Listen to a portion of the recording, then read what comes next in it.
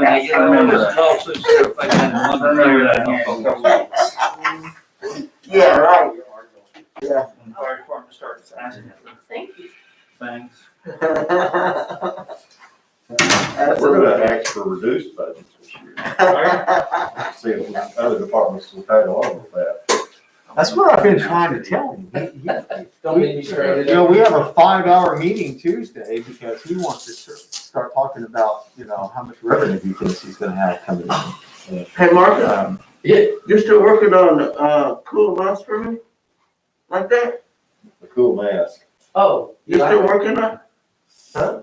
Are you still working on a cool mask for Gary O'Ferry? Oh, you need one like this too, all right. You working on it? I'll send I thought you, you I'll were. send you the website. All right, it's 6 o'clock. We are live, on our YouTube channel and, Is Rosemary coming? they had asked to be put on the agenda, so, I believe they're gonna be here. I don't know. Anyway, so let's get started with with our study session tonight. First thing, up on the agenda is the, Fort Smith policy or our credit card policy. Fort Smith is, their policy and procedure on that's kind of what we've always gone by. Gary, were you the one that asked to have this added? Through, Mrs. Kilpatrick. Oh, it was Sandra? Okay, Sandra. So floor is yours. Well, my question is, we have a few, you had a few charges that you accidentally used the city credit card. And I was just wondering why that happened so many times. And what would you do if it was one of your department heads? Well, I don't know specifically what charges you're talking about. I only know of two. One happened last year, one happened this year on my end of it. And I think that we've had department heads that have done the same thing that, you know, I know on mine, I'm not gonna speak for anybody else, but mine was just a case of we ended up pulling the wrong card out of the pocket and paying. And once it was recognized and that happened, it was corrected immediately. So, and that's what I would expect any department head to do too, is if that was to happen, that it's corrected as soon as you found out. I was just curious. Do we have a policy in place like this, in black and white, printed? Not that I'm aware of, not that, we've never had anything that's been adapted by the city council. Other than this has always been kind of a guideline of you know, what we do and you know, probably wouldn't be a bad idea to have something that's in place for us that's been adapted by the council. You know, we haven't had, we just haven't had any issues. You know, we don't have any credit card expenditures that are out of place. You know, everything's accounted for. One thing that we do need to do, and we did talk about this before, is we have instances where employees for receipts aren't getting turned in, and so you know, we're going to kind of crack down on that a little bit. And if an employee doesn't have a receipt, if they lose the receipt, if it doesn't get turned in, we want to do two things. One, we want to make sure that they have a copy of the receipt that they hang on to, so that they're not just giving us a receipt and then making sure, you know, counting on us to keep up with it.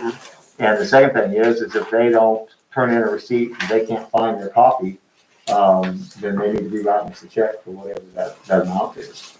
Is it possible for the council to see the receipts if there's questions? Well, sure. The council has the right to look through any expenditures, no matter what they are. Doesn't, you know, all you have to do is just ask the treasurer to, you know, whatever it is that you want to look at. Yeah. Yes, Mark. We do have it's a single page, I guess, agreement when you're issued a credit card that says that you understand that this is only to be used for city purchases and blah, blah, and if you use it for something else, then, you know, you're subject to disciplinary action and all that. We have that. And our employees that sign that when they receive the credit card. How many employees have credit cards? Each department, each area, like the line maintenance department has one, the street department has one, the water plant, the wastewater plant. And then in the office, myself and Tony Maxwell have one. So those who in every area that will be making purchases have access to a credit card. Is there a limit as to how much they can purchase without getting approval from either mayor or your, or Yeah, department heads? yeah, every card issued has a limit, even mine. And so, and those are tried, those are set up in a way that they are proportionate to whoever it is that is. But that's one thing, but like this, for example, the city of Fort Smith policy says anything greater than $1,000 required with a purchase order number prior to using the card. So that's different than the credit card limit, but a single transaction per limit. Do you have what is that? Ours is $500 without approval. But we have a lot of, I'll be honest, we use ours a lot. It's actually just through the office. A lot of our bills, the phone bill, the electric bill, a lot of the recurring charges that we have, they come through our credit card. And what that does is when it comes to accounts payable, if you're processing an invoice and writing a check and closing that and moving and filing that, for every single transaction, a different check versus one check to the Visa company, boy, that eliminated tons of check writing and it simplifies the process. We love using that for our recurring utilities and that type of thing. Anything that's a regular monthly charge, we try to put that on Visa. So in a month's time, we have a ton of activity. There may be $50,000 worth of activity in 1 month in the water department. But it's all because we run as much of those recurring things through there as we possibly can. So we really enjoyed having that as a way to manage our payments. Good question. Mark and Jeff, I don't want to put y'all on the spot, Jeff probably had your card, but you've been with the city 20 years. Do you ever put personal, to the best of your recollection? Yes, I did. Let me tell you the circumstance. I had gone to a conference and I'd been there the entire week. And during that week conference, anytime I went to dinner or whatever I was doing the whole time, I was using my city credit card to do that. And when I got back home on a Friday afternoon, and my son and I went to the theater that Friday night. And just because all week long I've been pulling that one credit card out, I have my personal one and the city one, and they're identical cards. And the city one has a little label on it now. But I pulled it out and paid for the movie theater ticket. And I realized it after it was already gone through and she couldn't stop it. And so I came in Monday morning and I told them what I did. I wrote a check for it before we ever got the bill for it. I'd already dealt with that. So yes, I have done that, but it was an accident. I mean, it was just because I've been using it all week long at a conference. And anyway, so that accidents can happen, and it's but there's, I mean, it's easy to discover that. Real quick, you'll discover that because you have a receipt that goes with it. Yeah, Same question to you, Jeff. I have not, but obviously I'm Short timer. I've been working on for about a year and a half now. give them time, I right? haven't, but, I mean, I think it can be easy to do. I mean, just like Mark just explained, I think when you get used to pulling one card out, then, and I think it could happen by mistake. I put, after that, I put that label on it, I put a sticky, just a little white label on the top of the city one that says city card. So if I pull that one out now, it's real glaringly obvious that it says that on there. So I haven't had an accident since then, but that did happen. And I agree, accidents can happen. I've had one for 13 years, but I keep my personal cards on one side of my billfold and my Yeah, right. others on the other side. So I've not done that. I'm not saying it won't happen tomorrow by accident, Right. but just out of curiosity.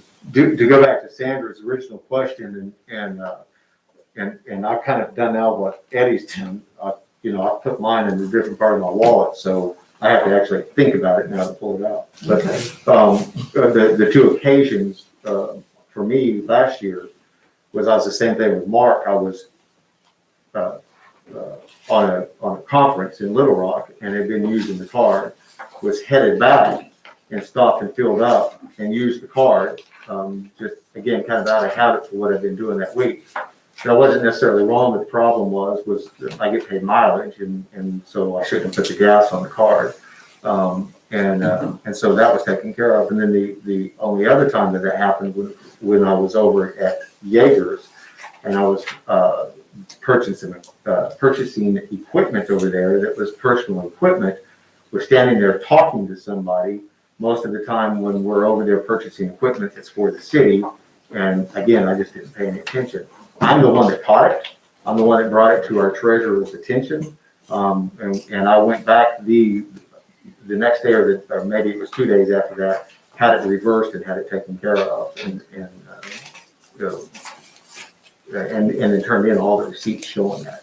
And I was the one that caught it. I mean, I was the one that realized that I used the wrong card.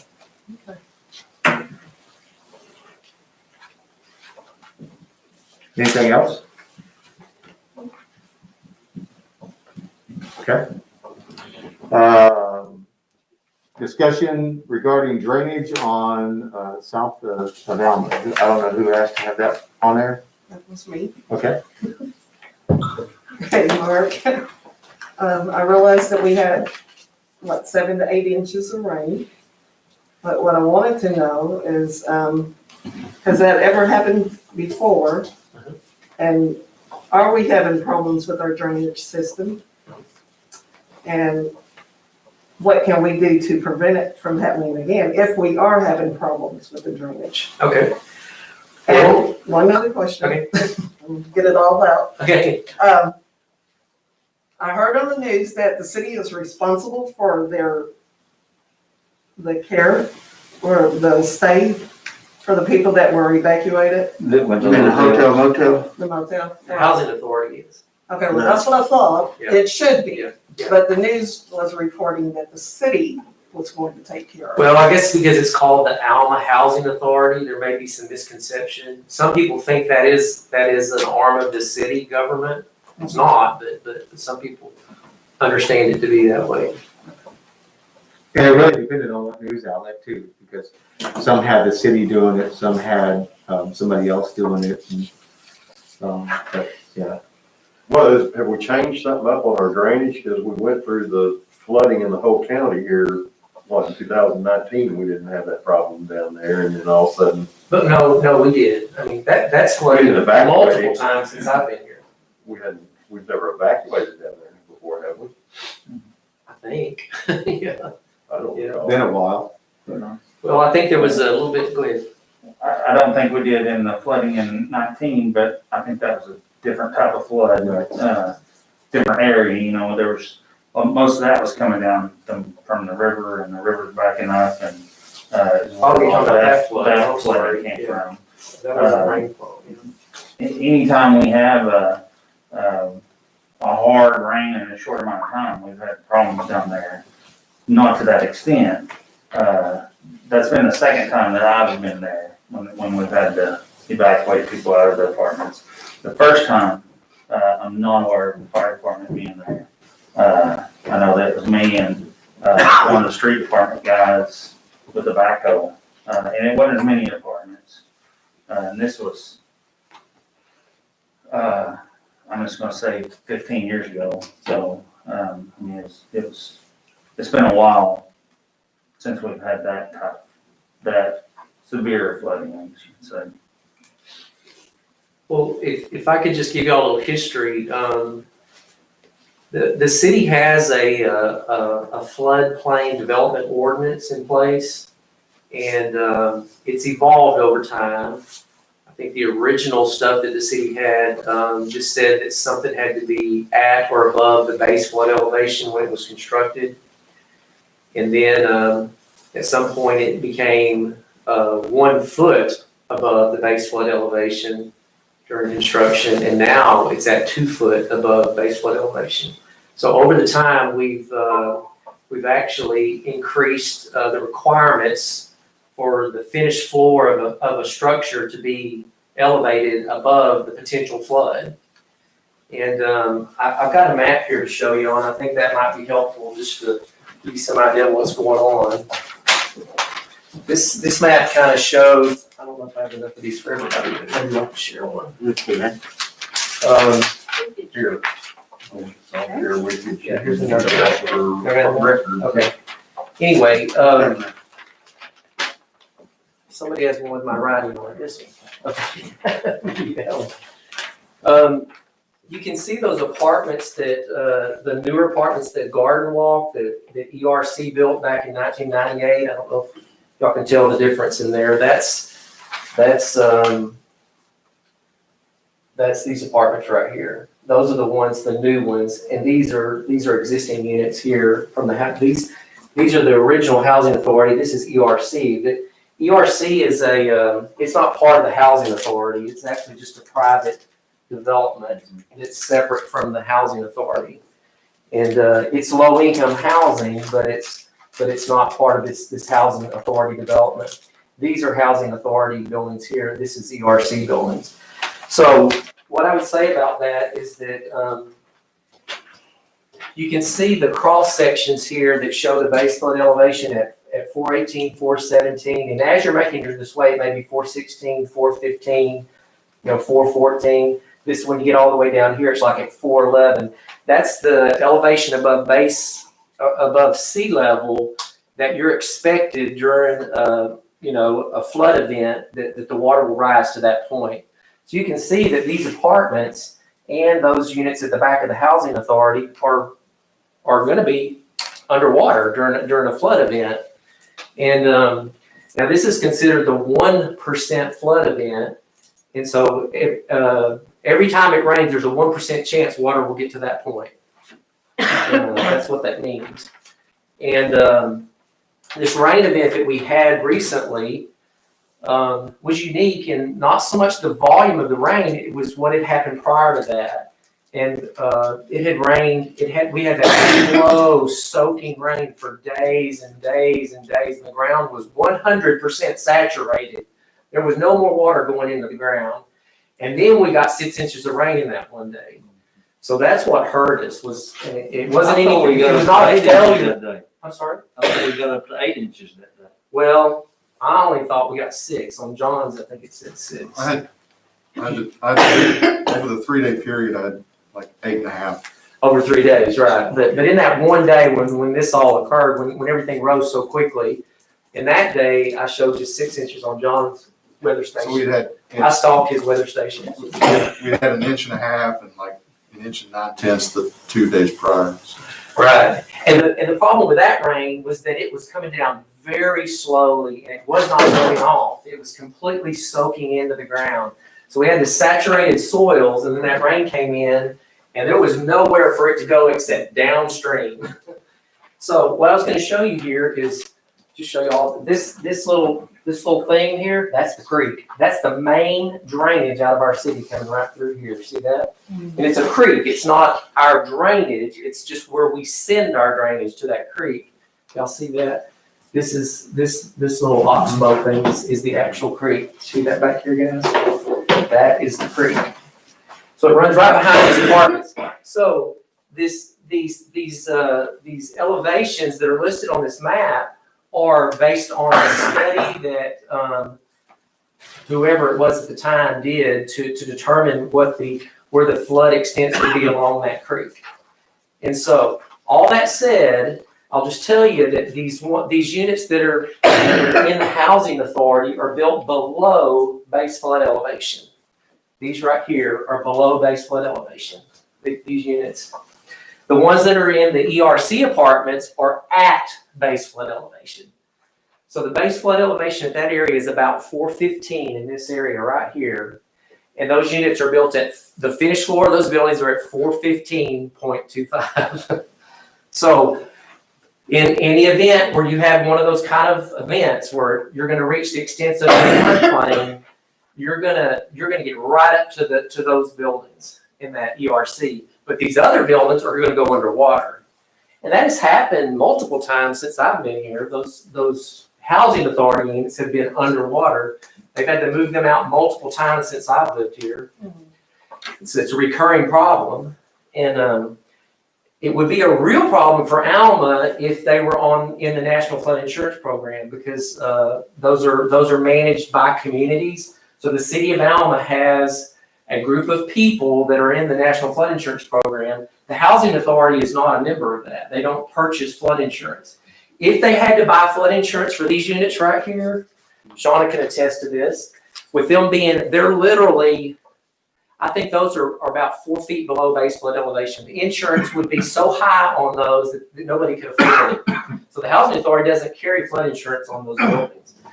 So when they flood, they just move people out of them. They go in there and they, strip the walls down and dry them out, cover them back up, put people back in them again. They've done that over and over again. I met with Becky after this, Becky Jackson of the Housing Authority, and of course she was saying, man, she said, we can't keep doing this. I said, I know, I wish y'all were in the National Flood Insurance Program, because what they would do in this case, once you've had,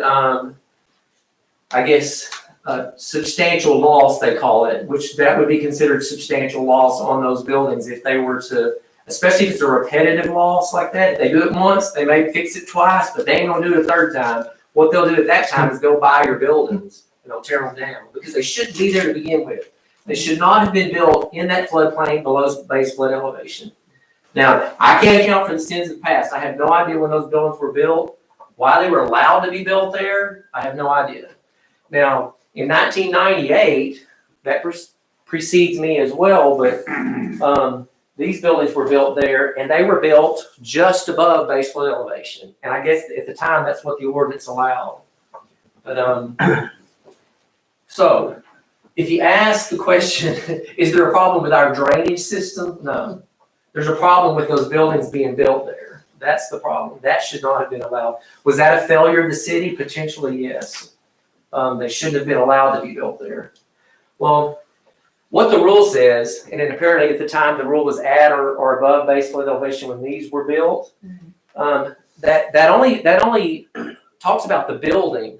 The parking lots, and if y'all went down there, the parking lots had water that deep in them, right? Yeah, and if I could add to the apartments back there you're talking about, the ERC buildings, water never got into here. Right, because they're actually. But the parking lot it was 3 feet of water in the parking lot, so. So the panic was over the water in the Right. parking lot. That's So correct. we went in and evacuated people because they were afraid it was gonna come to the building.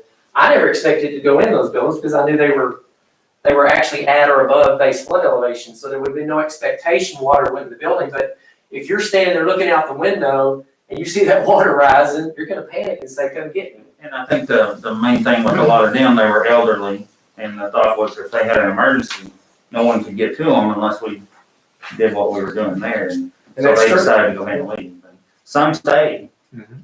some stayed there, and I mean, we couldn't make them leave.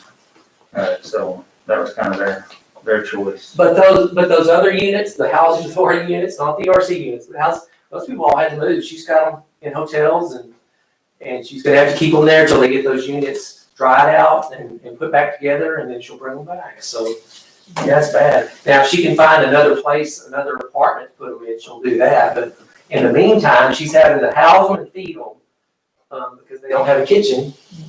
So it's costing the housing authority money, but that why those units were built there is beyond me, and that was many years ago, but they shouldn't have been built there. So the issue with that particular area has nothing to do with our drainage. It just has to do with, just poor planning. While we're on the topic of drainage, what about the daycare? We obviously received some photos and video of what happened there. Where do we stand on that? And Well, during that event, I went down there multiple times just to observe and see what was going on. And I know Evan went down there as well. And, you know, the stuff coming from Column Lane and from that big drainage system and all that, it was all just fine. There was, matter of fact, the levels in those ditches was surprisingly low. There was no overflows from any of the ditches, the cross ditches or anything like that. So I didn't see any issues that were particularly related to our project. So, and Evan may have seen something different, but that was my observation. I didn't observe anything coming out of the ditches specifically. And I think I mentioned it to Mark and a couple of guys the other day that come down there to help me. When I went down there when it was flooding, was a lot of that water still came down that hill and came toward that drain is. And since the original flooding with the mud and everything that came down there and filled up that area, that drain has not been working properly. And so instead of that water draining like it would, it came up against the building. And I think that was what they experienced the other day was if the drains were working right, the dishes were working right. So if the drains were working right, it would have been a different scenario. And when you say drain, you're talking about the French drain that's around the, Yes. okay. So when that first couple floods, if you remember, Mayor, I know you were down there with us, a lot of that mud came off that hill. Right. And it tried to drain there. And since then, that drain has not done what it needs to and we think it's because it's filled with mud. I hadn't tried to dig it out of the ground or anything. I thought we went over there to try to jet that out. We did, and we couldn't get a jetter through it. We think that the line has collapsed somewhere back there on the playground, but we, you know, we tried to jet it, and it would just reach a point where it wouldn't move anymore. So we assume there's a disconnect back on the playground somewhere. But we, a little bit of history on that particular line was that before we ever started this project, actually after this project was already going, and we met out there one day with Carl, and we were looking at that particular line, and there was no line because it was buried. The end of the line, the inlet to that was underground. It had sod completely grown over the top of it. There was a box down there underground. We could tap it and find that box because Carl said there was a drain over there, and we were trying to figure out where the drain was because it was completely underground. There was no way for water to get into it. So we exposed it, the end of the line, just out there trying to figure out what was going on with their drainage. And so that line hadn't been working for years because it was completely covered up. There was no way water could even get in that line. And but even after we uncovered it, when water would go to it, it would not go down it. And we believe that was like that before we ever started. Well, Mark, I've observed that water drain through there prior to the issues with the mud. That was actually something that had come up before when we discussed. So it was working, but it's not been working for probably the better part of the last year since that first big flooding incident. Okay, we didn't observe the same thing. I mean, we observed that it wouldn't go through that line. And we talked to Carl about it then, and he, he didn't really have a comment on it at the time, but we, as I said, if it had silt in it, from mud coming down the hill, that should have jetted out when we jetted it, but it did not. We could not get the jetter through it. It's hitting something back there at the playground. And, we either believe that it's collapsed or disconnected somewhere in the playground area. So I don't know, that it's hard because I see that as a private drainage issue, but we, if it were working at some time, then I don't know. I don't know what to say about that. Would it be possible to run a camera down in there and see what's going on? Maybe, I don't know if we could push it around that corner like that. The jetter will go around the corner, but I don't know about the camera. Would you try it? I'll take a look. Yeah, Yeah, it wouldn't hurt the to camera try. as far as we go. Now, some of the plumbers around here do have cameras that are more agile, that might actually make that corner and get around and see it. So if we couldn't, maybe we could get a plumber to do it or something, just to see if there's a blockage down there or if there's a collapse line or something. When, it was Rick that went out there too, right, that tried to jet that out? Yeah. Did we talk with Carl and Tammy at that time and let them know? Yeah. Alright. And he told them, there's a little bit of flow coming through it, but not much. There seems to be something blocking the flow through there. But it wasn't right there at the beginning. It was on down the line back there by the playground. And I think Evan, because I know one of the initial texts that I got was something about in the back, coming, was water around the back door or something. Yeah, that's right where the driveway comes down and curves. That playground there is the one. There was a lot of water in the playground. When I first got there, it was right after it had really been pouring, and so there was a lot of water coming off that part of the hill. But what actually, where they're talking about that door that goes on that playground, some of that water, I guess, came to that door there and started trying to come underneath it. Okay.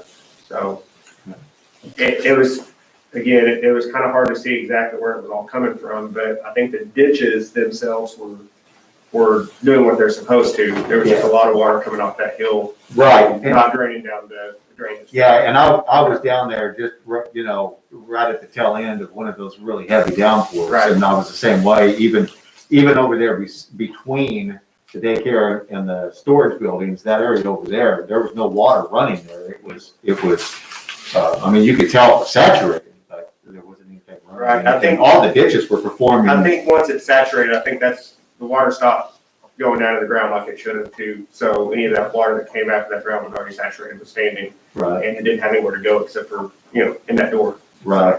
Yes. And that's the tough part there, is trying to, that, again, that's just, that's an event that we don't deal with on a regular basis. Right. But, it was nice for a change to see in a storm, because you and I were standing out there, Oh, yeah. a couple of different occasions, right? We've been Midnight one time. We've been wet more than once. Yeah, and, and that's, we were standing there looking at a ditch and the water was running where it wasn't supposed to be running. Right. So it was nice to pull up there. Yeah, And when I actually pulled see- up, that was the first thing that I did was look at those ditches, and those ditches weren't performing like they should have been performing. The water was draining the direction it was supposed to, and nothing was overflowing there, but what was coming off that hill didn't drain away. It just kind of came and it built until it flooded in somewhere. So. Right. Yeah, well, maybe we can get a camera and get down through there and see if we can figure out what's. I mean, do you know is that actually a French drain, or is it just a drainage conduit from that front corner of the building around to the back? What I understand is that it comes from that corner and it goes to that back, the very back there behind the building, and it's supposed to drain into kind of that grassy area that's back there in the corner. Don't quote me on that, but that's just the limited knowledge I have of how that was done. That's what I understand. So not an actual French drain, it's just an inlet. I'm not sure how that's gonna carry water off the playground then. Right. Yeah, I don't know that it would pull it all the way off the playground. I think there was a lot of water coming to that corner of that hill, but I think some of that in the playground would have been from a different direction. Not making that curve in the driveway or whatever, coming straight down into the playground. I'm not real sure. There, by the time I got there, a lot of the water had already come in and it was starting to recede. Okay. Yeah, because that's gonna make a big difference too, from a French drain to, Right. yeah, we'll see if we can get that figured out. Sean, you have anything else? No, good. Good. Anybody else have any questions over the talking about the flooding drainage? Everyone all right? You good? I don't know if anybody was in town during that rain event, but over there between, kind of by McDonald's, between the Bryant Preserving Company and the Alma Smoke Shop, I think is what it's called, the workman's little convenience store there. I have never seen anything like that before now. That was frightening. The extent of the flow of that creek was literally from the front of the building on Bryant's I mean, it was literally that far from going into the smoke shop. That's how wide the flow was on that creek back there behind them. And all that was stuff coming off of from underneath the interstate from the north side of town, just all the flow that was coming underneath the interstate and coming through there. And it was not staying contained in the road, and it was going that road that where you go into the Bryant Preserving Company. That road was completely underwater from Highway 71 all the way out to their building. And but surprisingly, the culverts that go underneath 71 highway to take it over towards the east towards Days Inn, they were taking it. And I was afraid within a short period of time we were going to be overflowing 71 highway right there in front of McDonald's. That's how bad it was. And I've never seen a flow like that before. And once again, this was a weird event. The ground was so saturated that everything was running off. And it was amazing to see that kind of flow. But anyway, of course, guess where all that water went? Down at the housing authority. That's that creek. Starts right there behind Days Inn. It runs up, meanders down, and runs right by the housing authority. So that I could see why that rose to the level that it got as high as, as the normal base flood elevation because of that. The water going to it was amazing. There was nowhere for it to go. No, Dad, once the rain stopped, it was just a matter of a few hours and that water was gone. Yeah.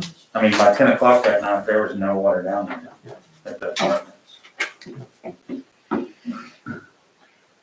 Yeah, and again, police and fire, and even our street guys were out there working. It was really nice to watch those guys do what they did. Their decisions, again, were made very quickly. They were right on top of everything. Again, Chief Pointer was out there directing traffic and making sure that Pee Wee was out there doing his stuff. So thank you. It was really nice to see how well they all worked together and took care of that. All right, anything else? Everyone good? Nothing else about the drainage. I do have another issue. Am I the only one tonight? Hey, you held off for a long time. I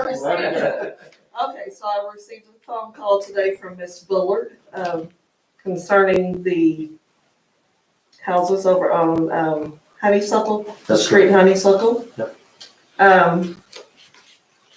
I spoke with Sean about it and he told me what was happening. But my question is, that side street, can we not block that? Can we close that street off? To where there is no more traffic from Mr. White and whomever else would want to go through there?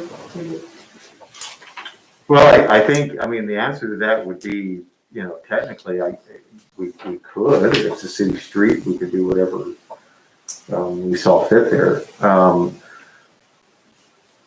The agreement with Mr. White was that we told them that they were going to have to start accessing through their own property.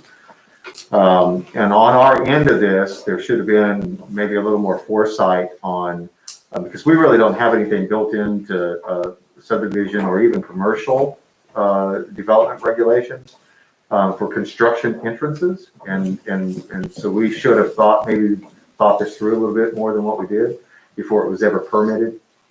But nonetheless, we had this issue. And so that we we found in the ordinance and some wording in an ordinance that we felt that we could enforce, and make it to where they had to use his property to access that. Now, the problem with that was there was one area of that construction that they could not access and get to through his entrance, and that they would have to use that.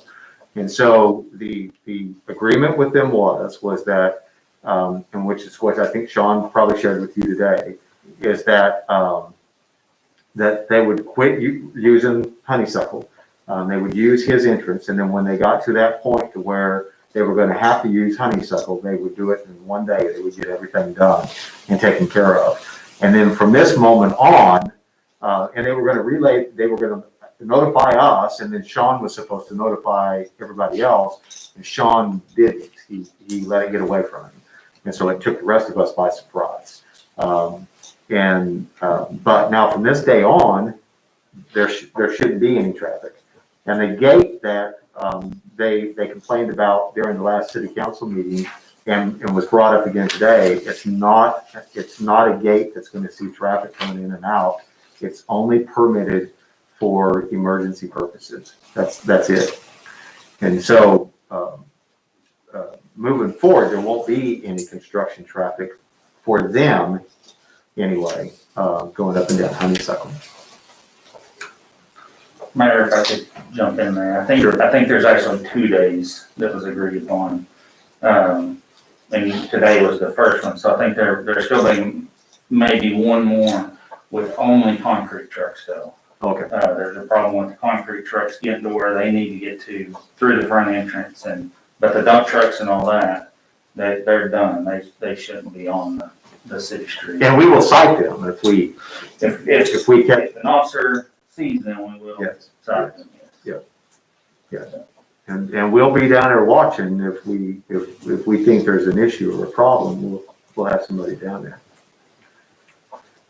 But we just shouldn't have an issue anymore. I mean, once this is finished, there's just not going to be any traffic. So it's up to the city to provide an emergency exit? No? Because that little stub, I went down there, I spoke to some of the residents after the council meeting and went down there. I told them I'd be down there after that weekend, but it was actually the following weekend. I mean, that's a little bitty stub of a city street. There's never gonna be anything that I know of that the city's gonna do with that. And leads into private property. I don't see why the city has to provide the emergency exit to that and why we couldn't put a blockade or something up to keep it from being used in the future for heavy equipment. That's just my personal opinion.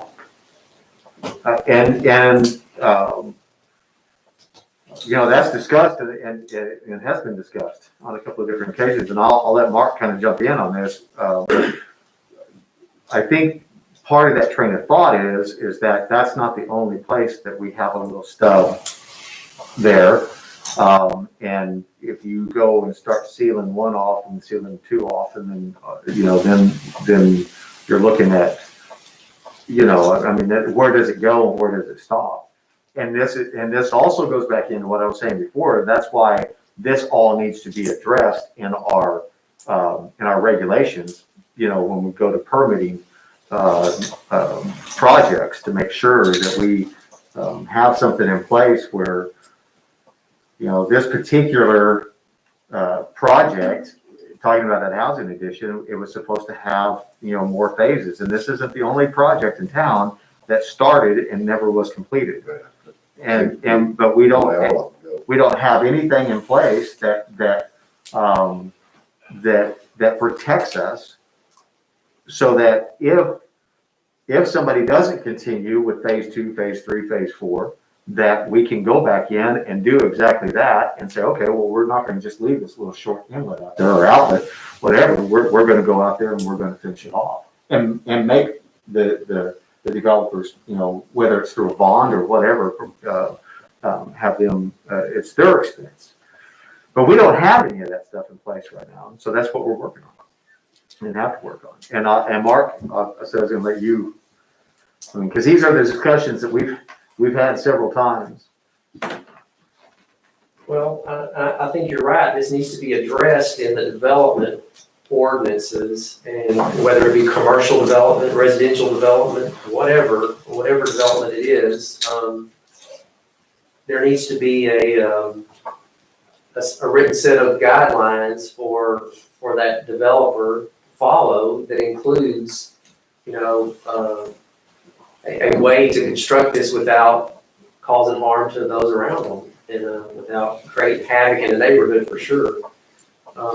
As I said before, on city projects, it says, of course, it's hard to apply that the same way, but a lot of cities have a requirement that you put in a construction entrance.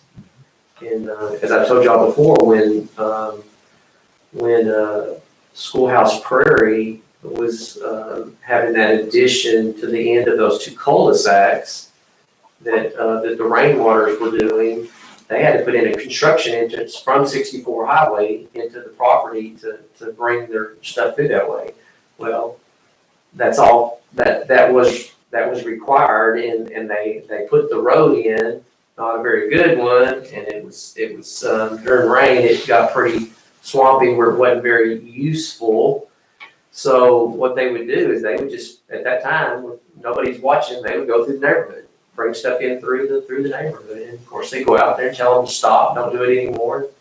And unless you sit out there and watch them, of course, what we talked about before, if you can cite them for it. Now, in that case, that wasn't breaking a law. That was just a requirement of the construction project that it required to have that construction entrance.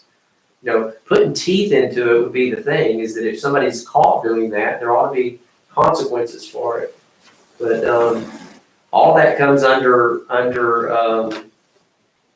code enforcement and project management with the planning department, and that's where it's going to have to be done. It's going to have to be done in the planning department.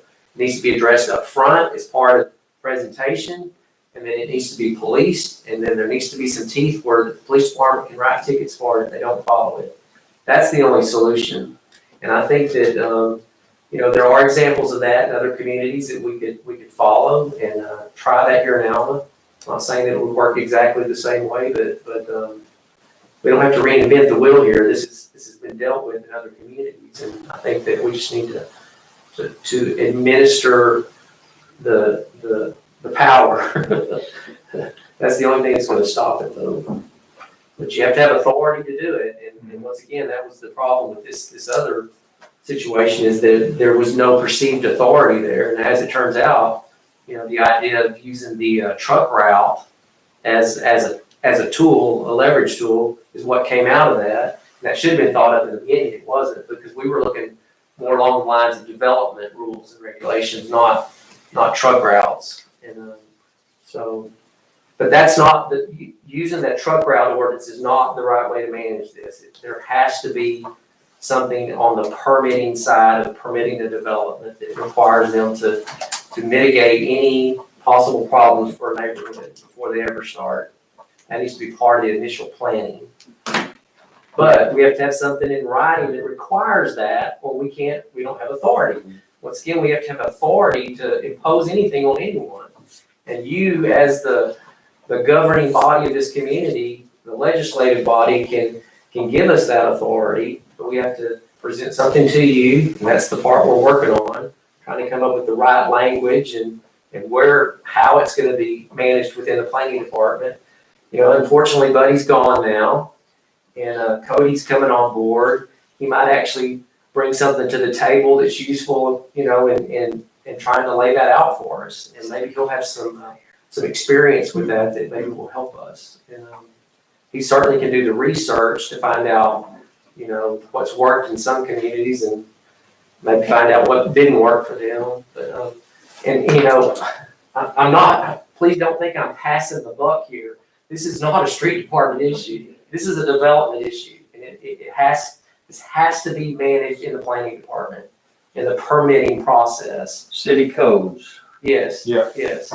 But we gotta have those codes, or they have no authority to enforce Right. anything if it doesn't exist. And the reason, and we'll go back to what you just kind of, you hit on it. But, you know, what we're doing right now, we think will work, but it hasn't been vetted, right? So that's not definitely something that we want to live by. We want to get something in there that we know has been vetted. We want codes in place that we know are, you know, have worked elsewhere. Because what we're doing right now, well, we don't know. Well, yeah, I mean, you know, what we've kind of stepped out right now to try to use to solve an immediate problem has not been vetted, so we don't know, you know. If somebody wants to, When's the new planner gonna come and make this? he will be here on our next city council meeting. Yes, sir. Our planning commission's on the 10th, and that's when he'll meet the planning commission, and then he'll be here on our next city council meeting as well. Yeah, yeah, we're pretty excited to. So back to this project that's causing this problem, so you say there's gonna be one more day possibly, From what I was told, yes, sir. and what happens if the one more day doesn't make it, and they need one more day and one more day? And we're gonna draw a line in the sand somewhere? Yes, and so I need to check with Sean because, my understanding was that they had one day and that they would get it wrapped up in one day. And so if it's gone to 2, I did not know. And so I'll need to check on that. But yes, there is a line in the sand and we've already got there. I think the agreement on the 2 days was made the day after the last council meeting, and I wasn't there for a council meeting, but, you know, I was on the way back from Little Rock, and I was dealing with a lot of that on the phone, but, with back and forth with Sean, but I think that's the 2-day agreement came on that day. So, When I spoke with him today, I understood him the same one day. That's what I was. and today, talking to Sean again, after I spoke to you, I talked to him again to check, and he told me his understanding that there was gonna be one more day. Right. And I'm with Sandra because my conversations have been the understanding that we have one day, right? So we'll see. So to answer your question, we're gonna check on that. Okay. But just like the mayor was just saying, I think the ordinance that we're using right now is, I think it hasn't been tested, you know, I think there's a lot of gray area there that, you know, depends on the court really, I mean, which way it could go there. So, I mean, we feel confident enough that, I mean, we would cite them for that. But then, I mean, that's gonna be up to the court to see if that stands or not. Yeah, we're gonna do everything that we can, you know, to stop what's been happening. But, right? I got you. But that's why we go back to the codes and the regulations. Please know that this hasn't been washed away. It's not being lost. It is on the forefront of what we're doing in the planning commission moving forward. Mayor, can I ask a question? Sure, I was gonna come to you, I forgot. Sorry. No, you guys have a lot. My first question was, is there a plan to bring this specific instance up with the planning commission at our next meeting? I mean, if so, I would like to talk about that some more in depth there. You mentioned a gate, that was in question, and I do know that gate, was a requirement from, the ordinances that are in place or the rules that are in place for doing that because there are utilities there that need to be accessed. Mhm. And so there was no agreement that they actually use that, but that there should be a gate there for city and utility access. So I'd like to talk about both of those things in the planning commission if that's something you're doing. Yeah, and when Cody was down before he accepted the job, that was specifically one of the areas where I drove him. We spent about 3 hours one day driving around town and looking at different projects, and that was the first and the last place that we went and talked so that he understood that was a priority, moving forward, so. Thank you. Anything else on that? You good, Sandra? Are you empty? Are you done, sir? She's just getting started. Yeah. Well, Need another box? as long as that is priority to be taken care of, I would like for that. That's all I'm gonna say. Yep. I want to make roof plastic back. All right, yeah, next up, Mayor, can I just, can we digress for just a second? This, on the, back to the credit card policy, this appendix B page, that's almost exactly what we've got. Now, this refers to the attached policy that the employees gone through all this and read it before they sign it. But this language that's on this appendix B is similar to what we have for our people signing their issued credit card. So when I was saying it's a one-page document, you know, that people sign, this is very similar to that. So it's the last page in your little handbook. there. So if we wanted to get a copy of that, you could, Yeah, I'll send you a copy of it. okay. And if, you know, if you want to make revisions to that or even create a policy that goes with it, I mean, like this is, I just don't see that that's a problem to do it, but we don't have the written policy. We do have the one-page agreement that says you won't use it for anything other than city business and all the ramifications of that. okay.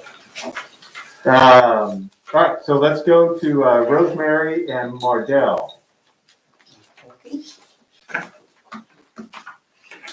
Well, I'll take up the Boys and Girls Club thing first.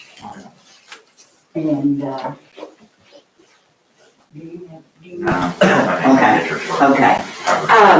On the Boys and Girls Club, land that the city is using, you've been using it for a long time. And you have your, not the recycling, but the shredding and all that you do in there. So what we would like to propose from the Boys and Girls Club is that you keep using that land that is the Boys and Girls Clubs. And for your use of that land, we would like to see if your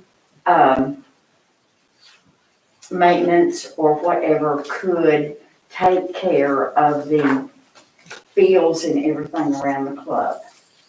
Mow with those big mowers and all. The club would take care of their lawn, just like they've always done. I think the school takes care of the soccer fields.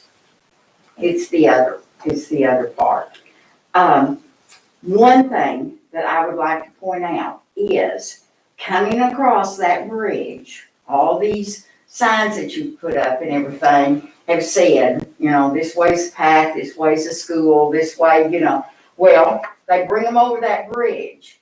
And if that is not taken care of and mowed and looks nice, then that's the first impression that coming over the bridge that the people have of Alma and getting to the pack and all. So we would like to make, the Boys and Girls Club would like to make an agreement that the land that you're using trade off for maintenance on the fields, the acreage over there.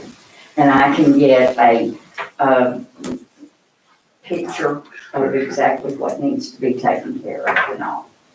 And the state is going to go in and help with the drainage and stuff like that. So we can get that. But do you all take care, Mark, do you all take care of the sides of that bridge and everything, or does the state?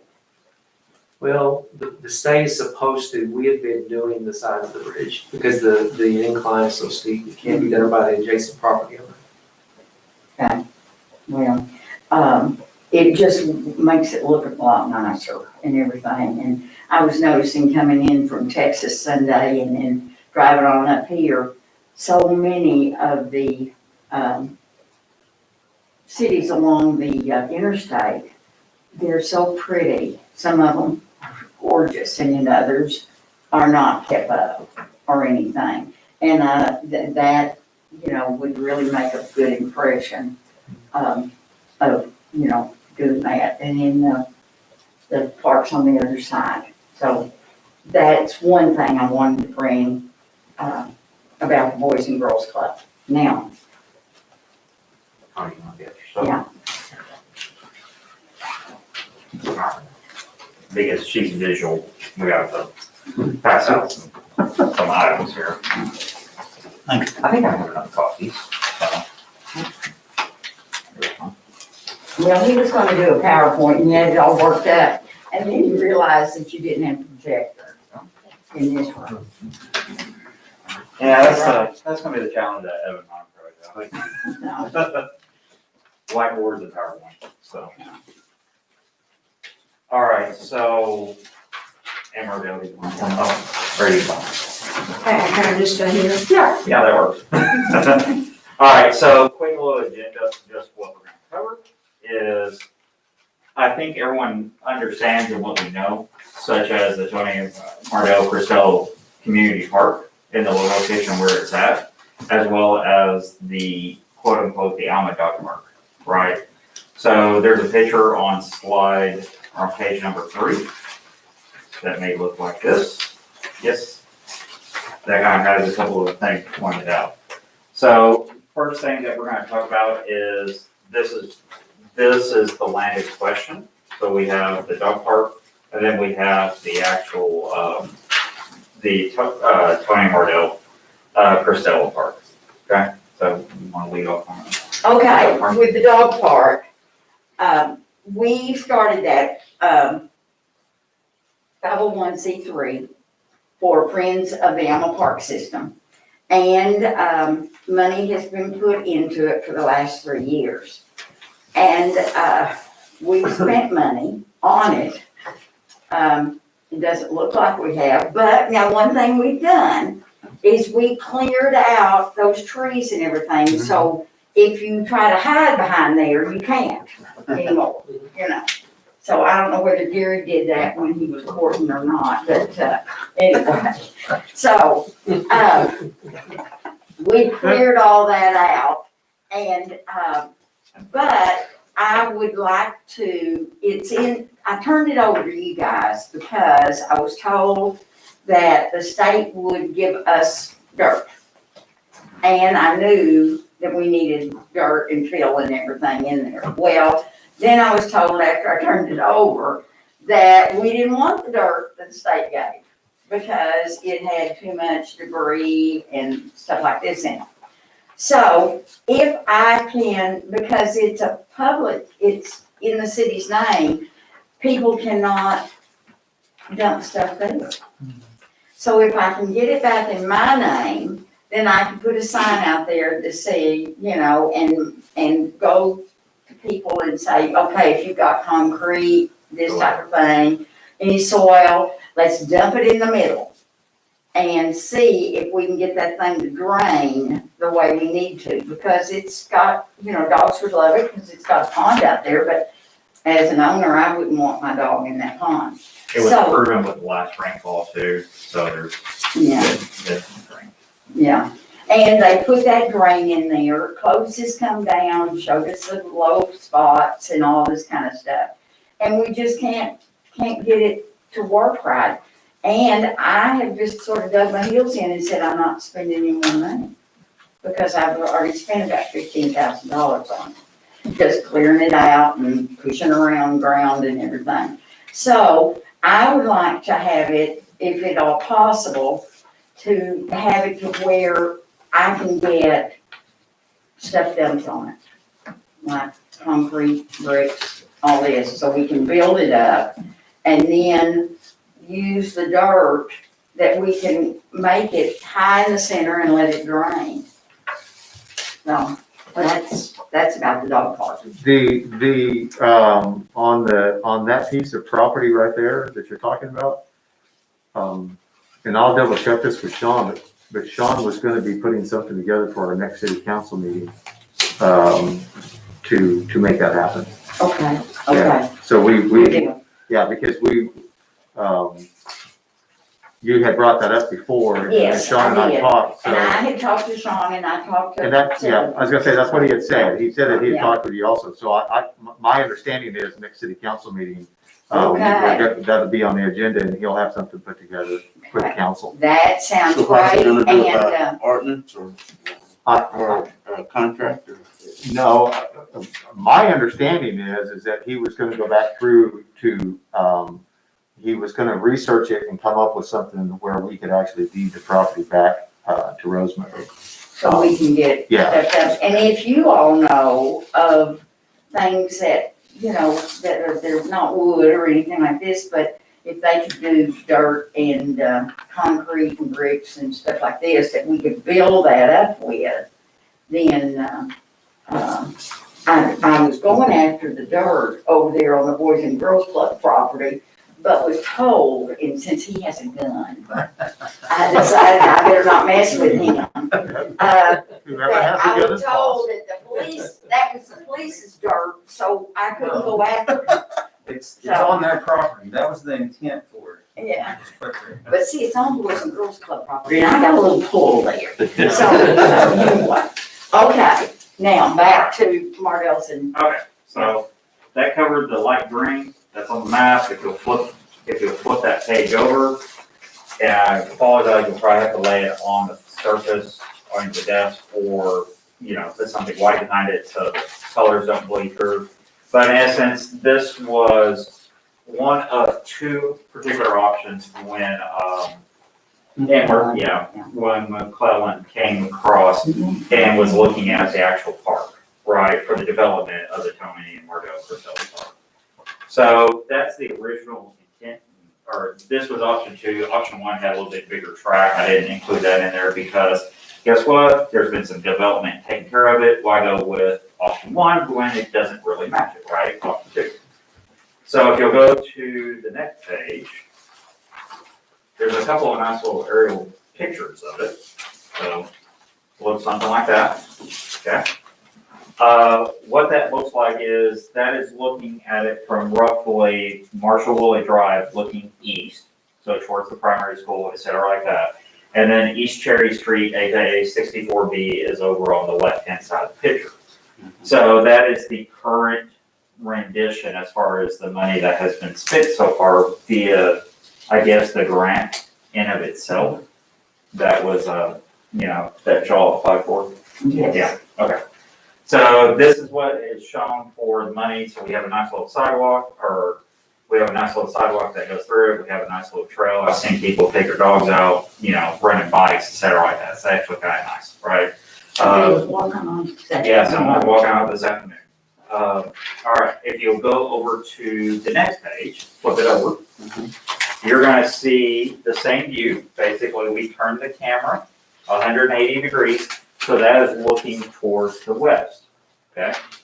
So you get to see Marshall Woolley Drive, over there, and then our further side is you get to see the nice little pond from all the, I counted 5.5 inches of rain at the house, so, so from the other day, because this was taken a day later, along those lines. So this is the development or phase, I guess you would say phase 2, right? All right, so as you can tell, this is Cherry Street, you have Marshall Woolley, and this is just looking towards the west side. If you'll go to the next page, you're gonna have a nice little aerial picture of the dirt paths. So this is where more or less, I'm gonna turn the floor over to y'all, as far as what y'all were wanting to discuss, such as like placements of either facilities or et cetera along those lines. You wanna talk? Or I will, whatever, go ahead. Well, Mardell has talked to Tracy and everything. Of course, when we signed this property over, we sort of put in there exactly what we would like to have. And we sort of told them what we didn't want too. And we had, $220,000 that they could use. we don't know anything. We have, we met with McClellan over a year ago, the architects. And, he came down and he talked to us, and Jerry said that they had paid him for that. And I told the gentleman, I said, you better not charge us 1 cent more than what you've done right here. He had to, widen the entrance because he had it 24 feet, which was not required. I mean, it was not the required footage. And he said, well, I'll have to redo that. And I said, then that's on your expense. Now, I don't know whether you paid him or not. No, not for Okay. that, no. Then he also had a building out here that was called the Pavilion, and it was round. And we told him at the time that I felt like, I don't know if Mario was in on this or not, I felt like that a square or a rectangle building was a lot more cost effective than a round building, you know, and if you're gonna build something, and it would be a lot better. So I said, now you're not gonna charge us for that either, are you? Because I said, I can draw a rectangle shape on this map, you know, to show the people that it's gonna be rectangle and not round. That's the last time that we even had, we got these and well, no, this is not, because Larry worked this up. We got those plans and that's it. So we were not in on the parking lot. We haven't been in on anything. So we don't know if there's any money left. We don't know anything. And we'd just like to be in on something. Because, you know, we gave you the land. And we worked real hard on the, Mardo used her cane and everything when we went down for the parks people, so we looked real decrepit. So they give us some money, you know? So, what else did you find out from Tracy? Oh, well, things are in miniature now. They've been reduced, the parking lot, and then the path was to be, we thought, wider. But I understand now that, because of the condition, the soil condition and everything, that it doesn't drain well. But my question before this is that, does the city of Alma have, an engineer that has an overall plan for all this in here? Alma's getting all the water off of Mountain Grove Road, Georgia Ridge. We're right down here. If you drove down the bypass by the post office and the school over there and saw that water coming over their playground and into the ditch by Auger Funeral Home and then to the next ditch on 64 bypass, and it's running west. No. Well, but Yeah. that it's coming back toward Alma and all of that down in there. No wonder it's like that. And have we ever thought about it? Now we've got it dammed up with the bypass. And we've got all this water on this side of Alma, and then we've got quite a bit of Clear Creek over on the west side of Alma.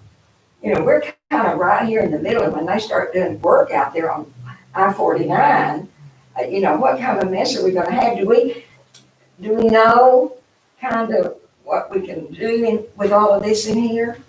I wondered if that's why those apartments and all that's flooding, you know, on that side. But anyway, that's just all part of the overall thing. We know that the property's low in there, but we just, you know, we'd like to know now if we can think about doing the pavilion. Do we still have any money to do Oh, absolutely, and that's what I was gonna address some things that you said. restrooms in the playground? Well, okay, so, restrooms were never part of the original plan, remember? That was one of the things I brought up when we were sitting there looking at those. Well, we can, And so we're gonna do restrooms, but in the original engineering and the submission that you did for the park grant did not include restrooms. And that was one of the things I said, we can't have a park without putting some restrooms out there.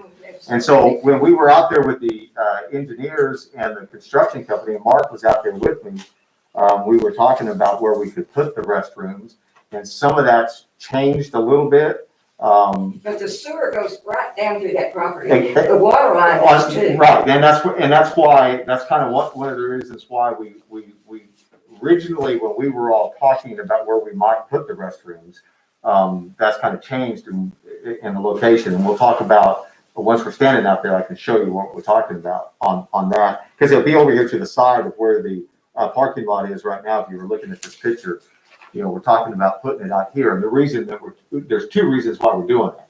Is because, one, that's where the lines are running back over there. It'd be easily accessible. And then it's close to the parking lot.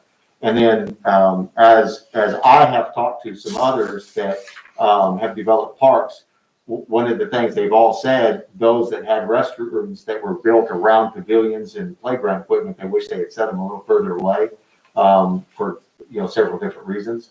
And so, where we had originally talked about doing something out in this area with restrooms, or even right in between those, probably not a good idea. So cost effective, putting it where it can be accessed from, the parking lot, or, it's not very far to come this way to come over to the restrooms. And those will work. So that's kind of a different beast on its own there. The only alteration on the trail from what we talked about in my office in there, on the engineering and the plans, was on the back side of this trail. And there was no option because of the soil and getting compaction on that. They did want to, on this back side of the trail, where that curve is, they wanted to straighten that one out also, but I made them keep that one because we could. But on this other one, they tried and they just couldn't, so they had to straighten that one out just a little bit. But outside of that, that's the only alteration on the trail. The parking lot, we'd have to go measure it, but as far as I know, that parking lot is we've got the project book. You've got a copy of the project book. And if you don't, I'll get you one. But I could have sworn that because we had that.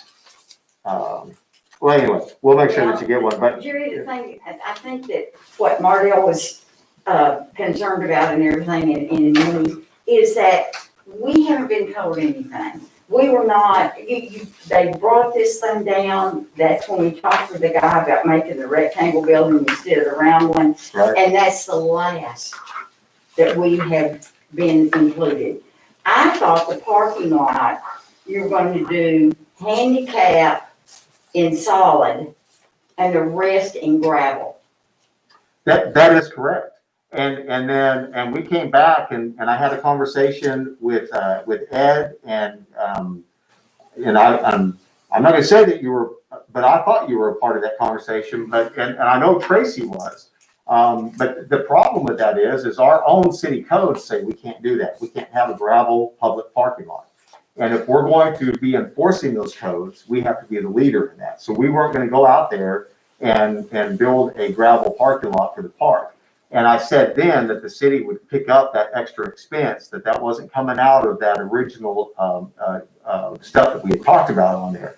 But that parking lot was going to be asphalt and paved. The entire parking lot would be, so that it was to code with what we have for everybody else. I mean, I've slept since then, but I do not remember that, and I do not have anything in my files. Yeah. And as John knows, I keep Right. pretty good copies. Anyway, the other thing is bids. What is the limit to the amount that you have to get bids on? 5,000, 10,000, what? 20,000, $19,999.99. So Okay. get 20,000 on. Now, were bids asked for this? Oh, absolutely. They had to, that's part of the grant application and requirements. And so, Well, can I ask another thing? Who did you talk to? I mean, you didn't talk to us about any kind of bids. Did you talk to Tracy? Did you talk to, I mean, we've just sort of been left out in the cold and we don't know anything. And that's not good because, so on You on the process of the bids, that all, the process is we have to submit stuff to the state and then we have to get their okay to be able to put it out for bid. And we talked about it in city council meetings. Everybody was kept up on when it was going out for bids. It has to go out for bids. And then okay, the day that we have the opening of the bids, I'm not gonna go back and try to recall everything that was said and done and when it was. My understanding is that everybody that wanted to be a part of it and needed to be a part of it was all being informed of what needed to be done. And the only thing that ever changed in that on my end of it was when we lost the young man that was originally, Mike. Mike. Yeah. And he was the administrator of the grant, and then it turned over to John Beneke. And the way that John Beneke now has dealt with this and taken and done this, it's been totally different, and it's been a learning curve for me also on that with what John wants and how he's doing this, because he won't even talk with Tracy. I'm the only one that he'll talk to on this. Well, And so- see, I don't even know when we were informed that Mike was gone. Well, You know, yeah. I mean, it's been pretty recent And and everything. And when it comes to meetings, we haven't had any meetings because of COVID-19. So unfortunately, a lot of things that have taken place, like the alteration in this trail, for example, I mean, that was something that was sent to me one morning and said, hey, this is what we're gonna have to do. And we walk out there and we stand out there and look at it. And then we, decision is made and then. Who is we? Well, on this particular one, it was me, Andy Dibble, the other Andy that's the observer for McClellan, and Andy Hanna? yeah, and then I forgot his name, but for Cove Creek. Well, you don't mess with old women. I mean it. I understand. I really, really mean it. I mean, if we're going to do and be involved in this, we didn't just turn that over to you to say, oh, whatever you want to do it and everything. We wanted to be involved. And we haven't been. And Mardell and I were talking about this the other day about getting the park commission or the park committee back together, which we need to do. And so this is. As a mayor of this city, to do all these little bitty things, they're not little bitty to us, but they take time. And you're right. But this is, unfortunately, this is kind of how a lot of things have been going here lately, is we have a meeting now that has been changed twice for 1:00 tomorrow afternoon with a gentleman from Northwest Arkansas with the parks equipment. And With playground equipment or parks or where? For playground equipment. Oh, okay, you So we- said parks, I'm trying to Yeah, get. for playground equipment. And so, See, I had some extra money I was gonna give for playground for my aunt. And Tracy knew that, but, and I think I told you, but that's just it recently, that yeah, and when you and I were talking about the playground, we were talking about the open hall vision that we had for the inclusive playground and just moving that out there to that park right. and going that way with the inclusive, so. So I don't want to show my ignorance, and this segment will probably keep me from getting reelected, but, obviously we have not, I didn't know this was here. I didn't know this work had been done. Is there any other council members? well, okay. With COVID, I have come to every meeting starting back in August, but from March to August, is that when you did all this stuff and didn't notify us? All of what stuff specifically? Are you talking about the change in the trail? I'm talking about giving out bids. I'm talking about, talking to, you know, all of The that. bids were, I can't remember if that was done at the end of last year or the first part of this year, but It's not it my was, notes, Jerry. I don't know, I'd have to go back and look, off the top of my head, I can't remember exactly when it was. I Well, think, the if I thing remember is, right, I take notes, and they weren't in my notes. what I'm saying is, if I remember correctly, everything went out to bid in March or April of this year, and we did the, Mark, can you remember when we actually did when we opened the bids? Maybe it was in April when we actually opened the bids, wasn't it? Somewhere around in there. It was pre-COVID before we actually opened the bids. And, April is not pre-COVID. well, but it was before everything started closing down, is what I'm saying. It was March. I I came, didn't try. yeah, So. It was somewhere right around in there is when we actually did the bid. Okay, so, Mayor, okay, so what can we do to make sure that Rosemary and Mardell, get informed? I'm glad that you asked, Mr. Perry. your last page. Your last page, well, let's just skip over some of the other meetings, so. Well, I want to say I agree with Mr. Ware. I didn't know stuff had been put out for bid. I didn't know any of that either. So there's a couple of different things I think that will help shed some light, Okay. give some information, right, et cetera, along those lines. So I think within this, the establishment of an Alma Park Steering Committee, because I know that Buddy is left, right, and he was a big, advocate for the trail systems, et cetera, along those lines.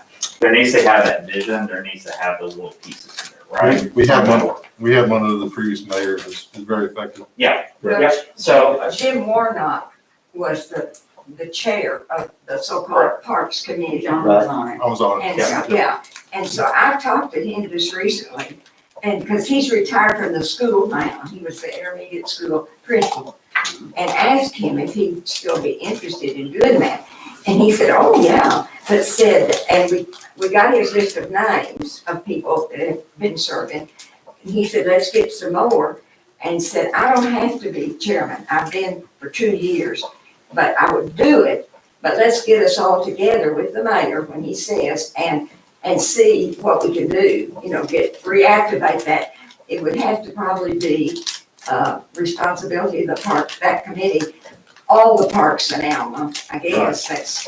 Yeah, and that's the idea, that's what you and I were talking about, and the idea is that we bring in the new city planner, for that to start falling, the, Is Corey, what is Corey's last name?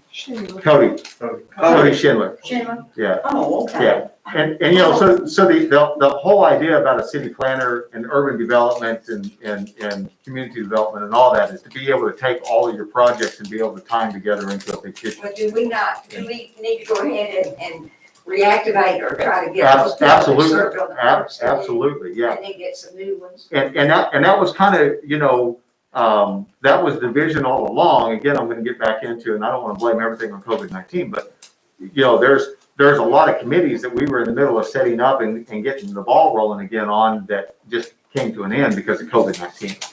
Yeah, but I don't mind asking people to help do something if I think it's worthwhile. Absolutely. Well, I mean, And we definitely want that back. So that we all know it. so wait, let's back up on this a little bit, because I know the Parks Advisory Committee, I mean, they had a section on the website, that stuff was intentionally removed at some point. And somebody did that, it wasn't me, Wasn't me.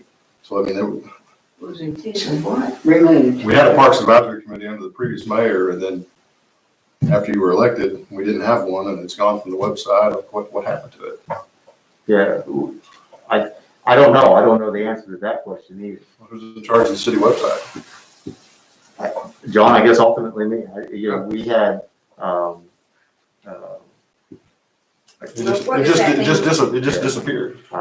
we didn't have an active committee going, and so that's. We did until you were elected. Well, Mr. Warnock thought we did, I think, because he asked us to meet and met before we were gonna give the land, but before we got it all kind of situated and talked to the people at the school about the 3 volleyball sandlot courts, because the coach said if you do 3, then Alma could be a tournament destination for that. And so we did a lot of homework, Right. in trying to get this so that we wouldn't waste any money and hopefully not waste much time in trying to get it all going. But this, with the path over there is fine. It's not as wide as we had hoped for and thought it was gonna be. And it's like miniature stuff. Because we've got all that acreage that goes way over there to John Robert Valentine's line and to the railroad culvert and all around. And that's where we thought we were gonna do the first path. Is it 10 feet? Trail, I mean, that- around the outside, and then this was gonna be It's like, I was just looking at the McClellan drawing where it says 10 foot wide, 2,000 feet long. But anyway, this is down and people are using it and we're thankful and we just need a garbage pail and or a trash bucket thing and. so between the steering committee, and I think the ask based on, Mom and Aunt Mardell here, is that, the steering committee gets activated, right, for the entire Allen Park system.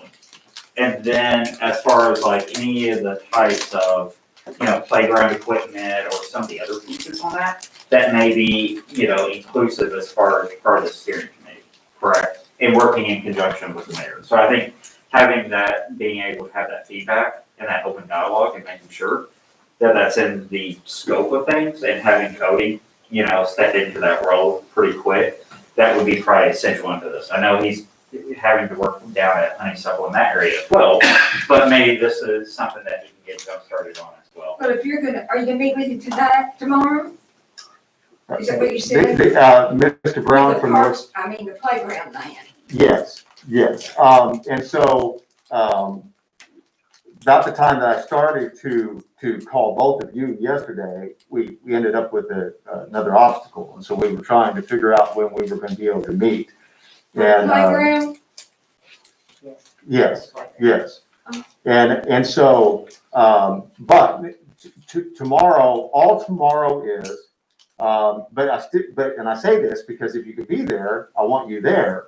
But tomorrow is to let him look at the area, that we're talking, what's that? A site survey. A site survey, so that he can go back and put together some ideas of what we're talking about that we're wanting to do. He's got a basic idea because I had already worked with him or talked with him about the Oak Hall place down here. So he's got a basic idea, but What's he the wants to square see the site. footage that you all were talking about? But- For the playground? Well, again, off the top of my head, I can't remember exactly what was figured in there in the pad, and what was actually figured in there we don't have to stick with that. We can go bigger. The way that's laid out there right now, they've got the initial pad kind of cleared off for us, but we're not confined to that. Is it between where the walks come and stop right there where there's a dirt, kind of to the right after you get through the parking lot? Yeah, there's two openings, one's for a pavilion and one's for the playground equipment. That's where I figured. Where would the pavilion be? The pavilion, if you're standing there looking at it, the pavilion's to your right, the playground pad's to your left. That's the playground. That's not very many square feet for either one, is it?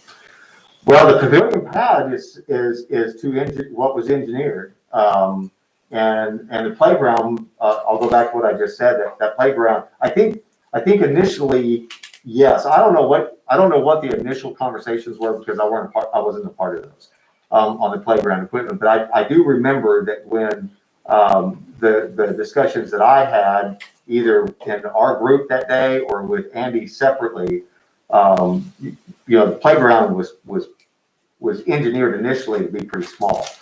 We don't have to make the playground small. I don't think we should make the playground small. And we're not confined to that area Either, with and the I think playground. it needs to be combined, with, handicap. I think the kids can play together.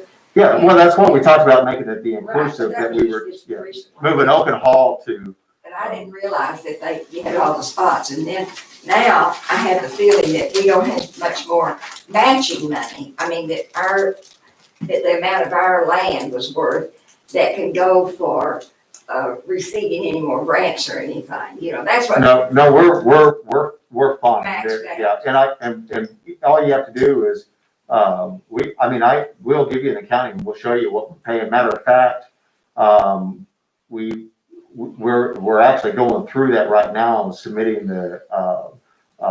another pay, request reimbursement and getting those guys paid, so.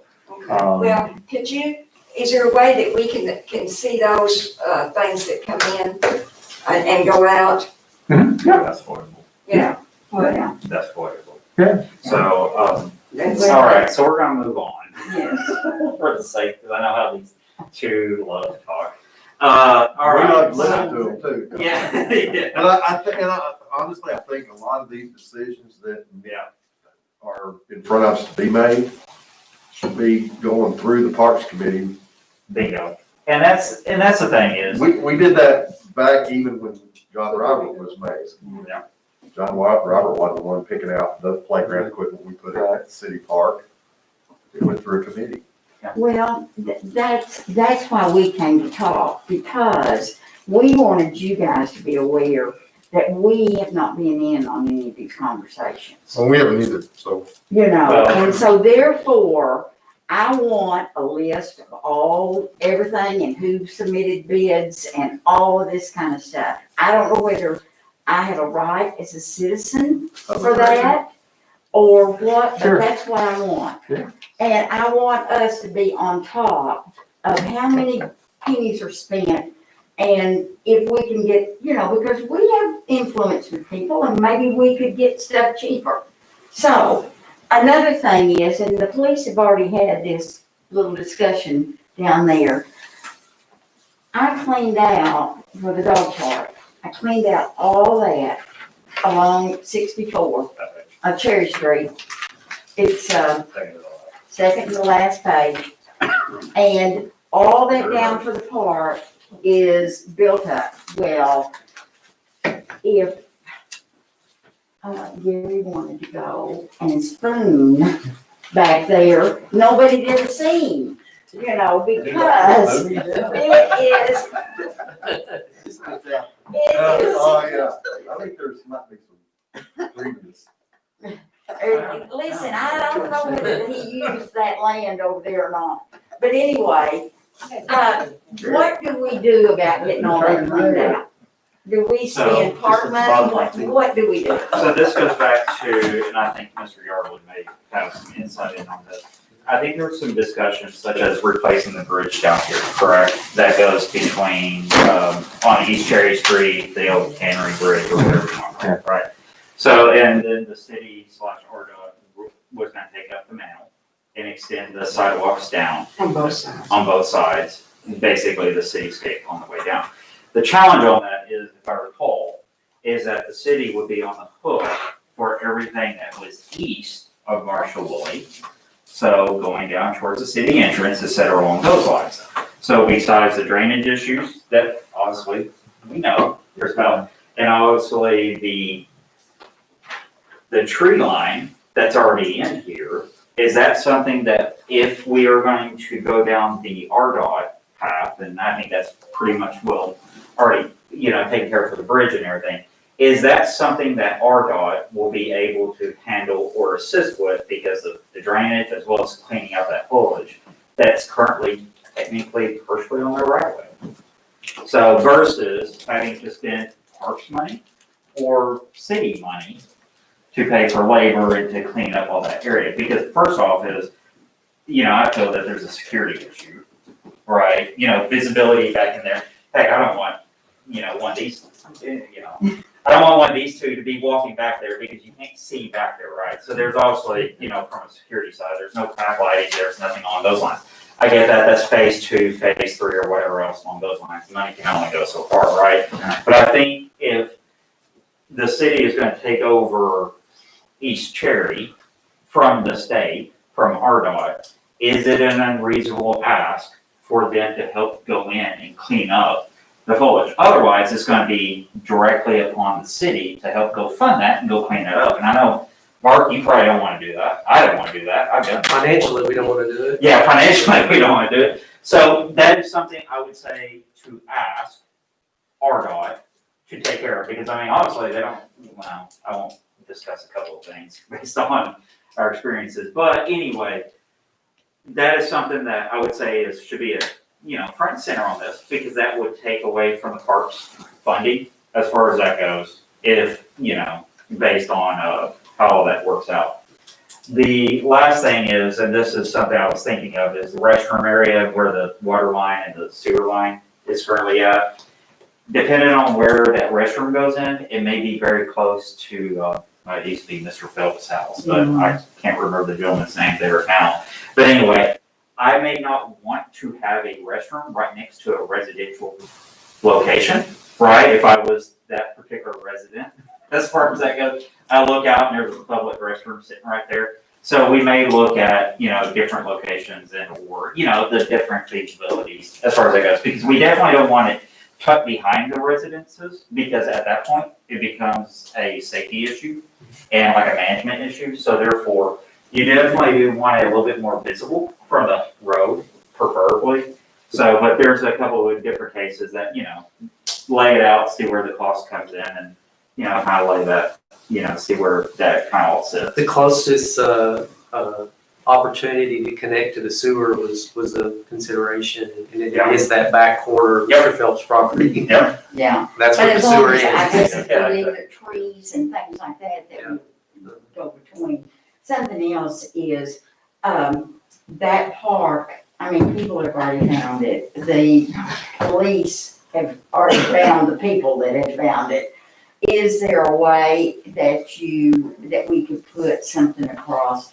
Would it keep Well, that goes people back from to going, the last one. at a time? Don't they close the other park at a certain time? They post the time, because I called the gentleman there told me to call the mayor's office, and I didn't know that you've been awfully busy. That's the reason we need to get somebody in charge of the Parks Committee and let them do all this and free you up. But, about, an opening and closing sign and no motorized, four-wheelers on the path, unless it's a motorized, wheelchair.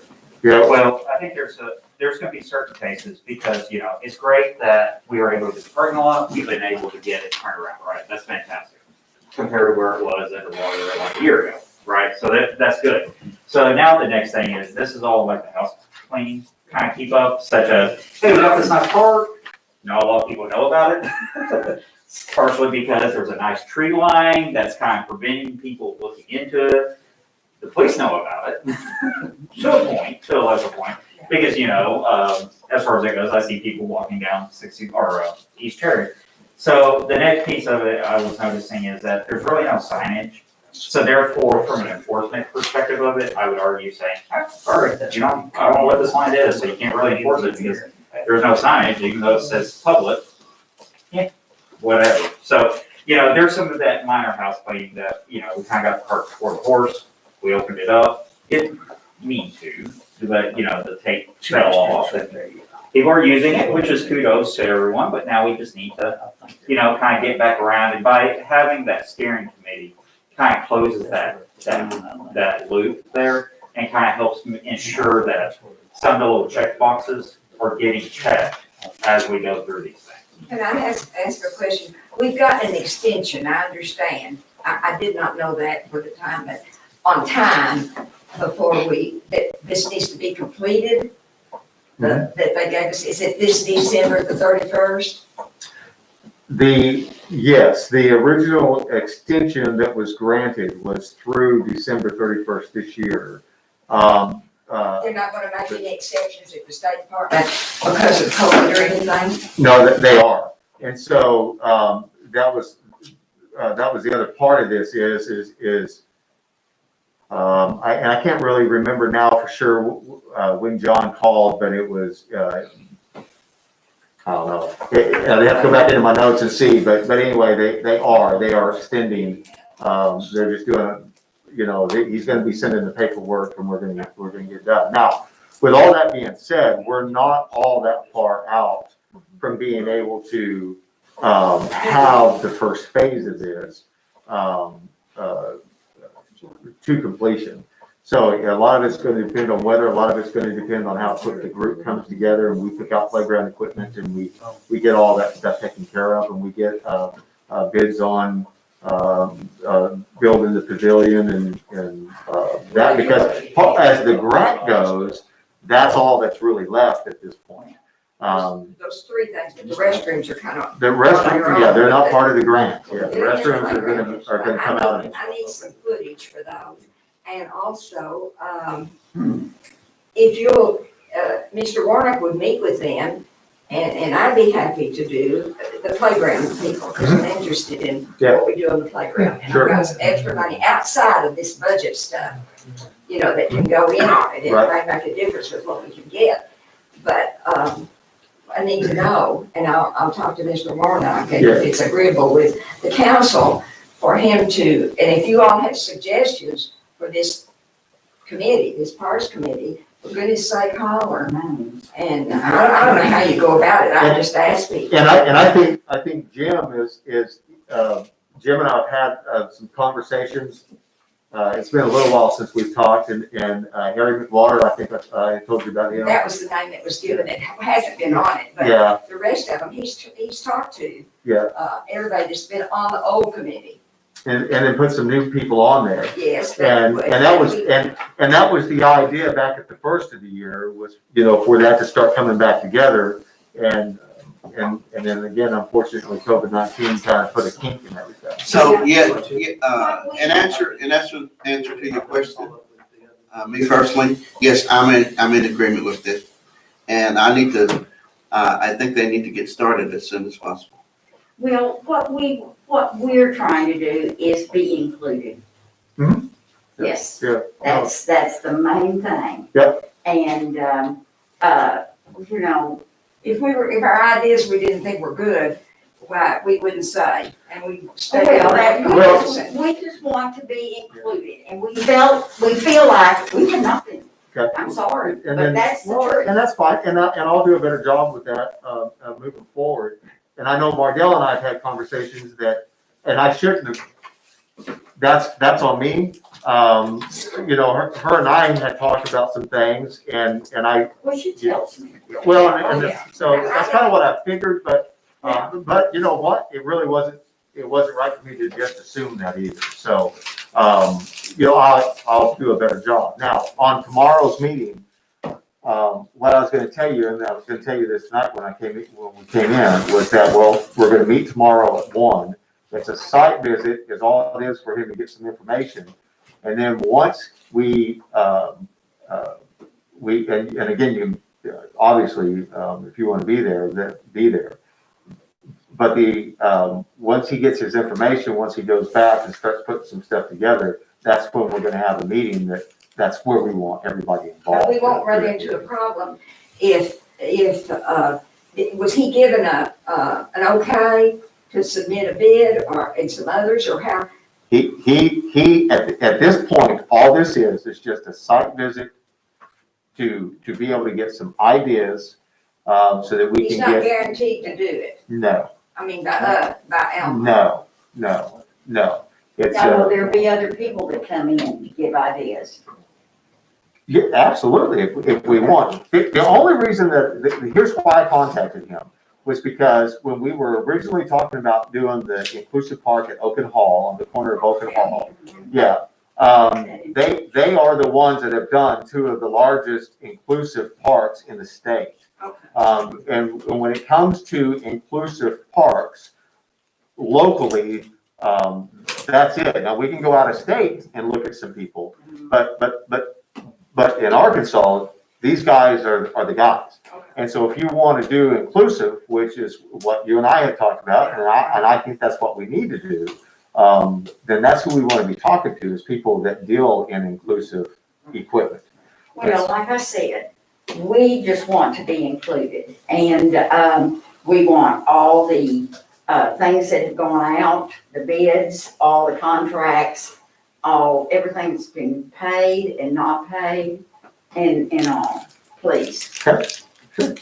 So, thank you. Can I make a comment on that? Sure. So I recalled, several things that you mentioned, and, I remember a lot of these things being presented at council meetings. So that's what I said here on my Okay, phone. looking. when was that? So on April the 16th. See, yeah, that was There's a- COVID, and I did not come, and it was not broadcast. That was the one that the broadcast did not come through.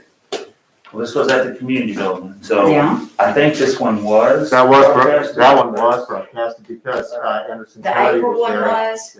Um, I'll go back. and Because look. it ended up going into executive session, and I remember standing outside talking to Anderson. But Okay, at the council, the bids were presented to the Well- council that night, and, the council voted on it to accept the bid from Cove Creek, so that, I'm sorry. So I'll go pull the minutes up. I'm ready. Yeah, I don't know. It was, well, I'll be able to pull that up, right? Yeah. Okay. I'm getting this from the. I remembered minutes. it too, because I remember Andy Hanna, the engineer, was there talking about it. He asked if the council had any questions about the project. See, I I remember it wasn't- being discussed, and y'all voted on it. I remember that part. Well, the council had to accept the bid. Right. I mean, I didn't want to sit here and argue because, I can't remember off the top of my head, when all this was being done. But the fact is, the council had to accept the bids. Well, So I- it was- I mean, it I'm was- not it was all questioning. discussed. I'm just saying Yeah. that I did not have any notes for it because I was not there. And so, Mardell and I didn't know anything like that. So, That's- thank you. You're welcome.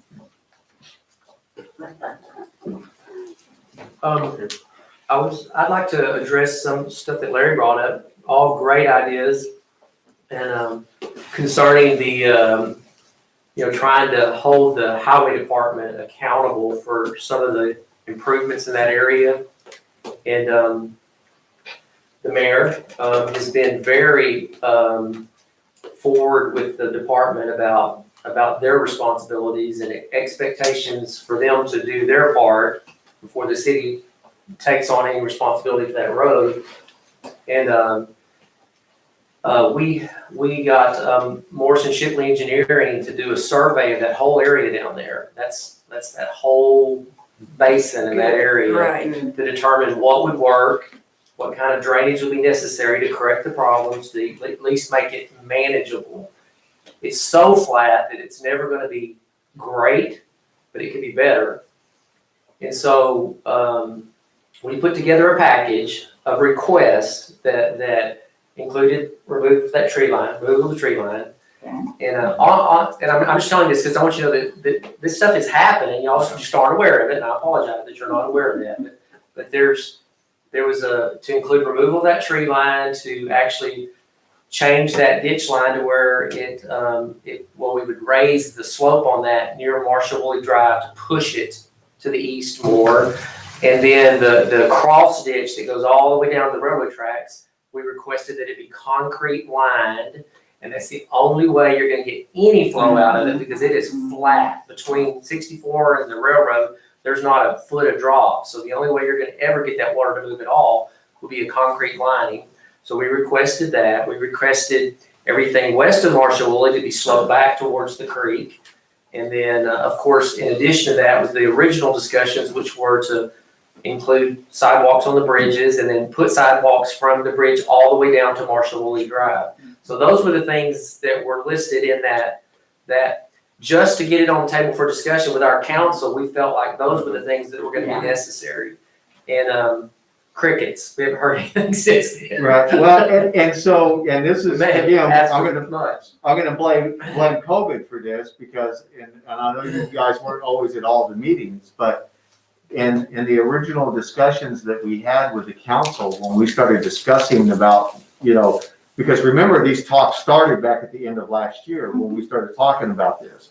And we felt that, we felt that the department's request to take on 64 just to put a couple of sidewalks on a bridge was out of place. And that was my conversation with RDOT was I don't understand why we're having this conversation, because with the state's own agenda is walkability and health and all this. So why are we even talking about putting a bridge up here without sidewalks? Why are you telling us you want us to either pay or have to take on responsibility for something that we shouldn't even be having a discussion about? And so we were able to take it from that into discussions of being able to get some improvements. And Mark and I had several conversations over what we felt was going to be in our best interest money-wise, and then also giving us some control and some latitude to work in there. And what part of that 64B would be easier for us to develop and work on as we went on down the road. And so that was what was presented to the council to even, look at them doing that work and us taking that on. And part of that, and they left it out of, because Mark gave me a hard time about me, because I gave him I made them put it back in there because our discussions were, and our agreement was that they would help us with the drainage issues down there also.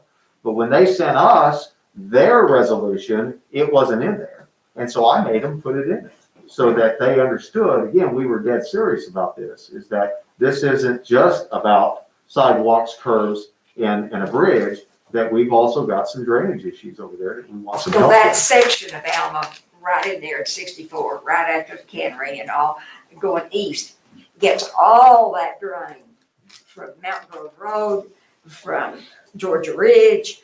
It's all coming down, And then this last rainstorm, when I went down to the elementary school, my heavens, it was coming down the bypass, the 64 there by the middle school, the post office, just in torrents in the ditch, coming this way, coming west. And I thought, where is all that gonna go except over there on that land?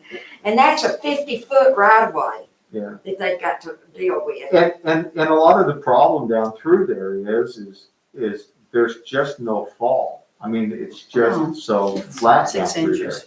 And that's why we and Mark and I, we were talking and he asked me, he said, do you want me to reach out to these guys? And I said, yeah. I said, let's quit listening to them and let's put something out there in front of them and see where we go with it. And so as Mark said, we did that. And I guess it was a couple of weeks ago, I asked Mark, I said, have you heard anything? And he said, no, have you? And I said, nope, haven't heard a word. It's been crickets ever since.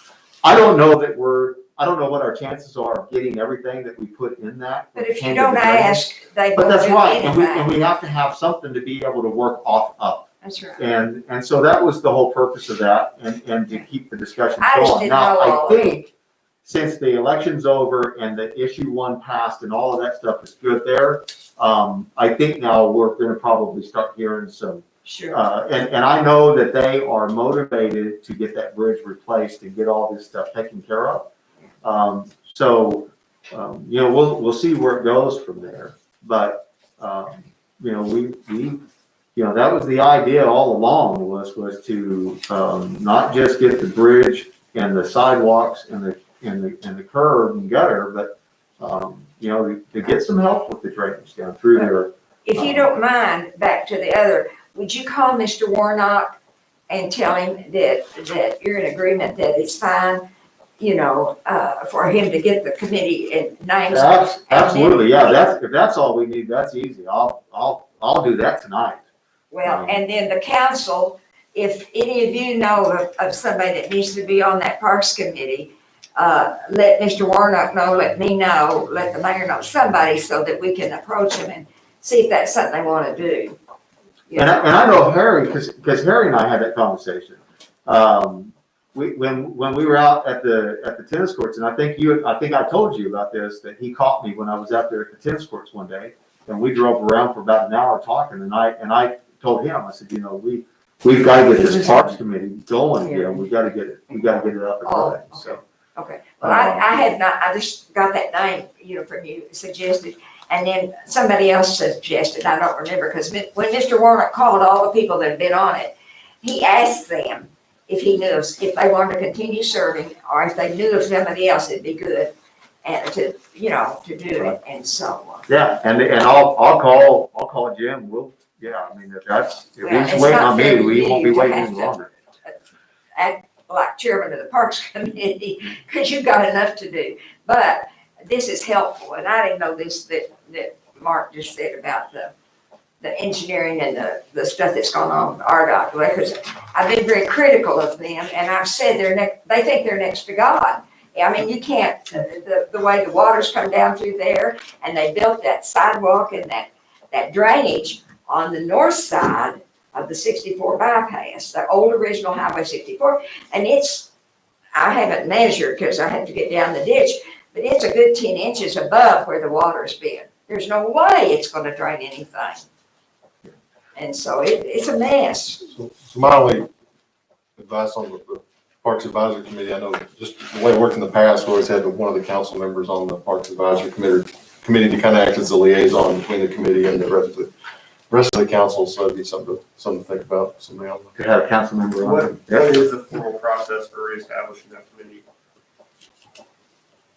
What, say that again? Is there a formal process to reestablish that committee to work for the city on that? No, because the committee, as it was structured, or as I, see that committee working, it doesn't necessarily have any teeth. They can't levy laws or ordinances or anything like that. So it's more of a visionary committee on that sense.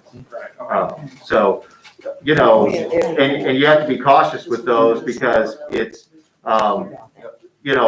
vision is great, but at the end of the day, you have to have, whoever's responsible in binding it is. So to John's point, it would be advantageous to have a council member be part of that to work with the council and have some.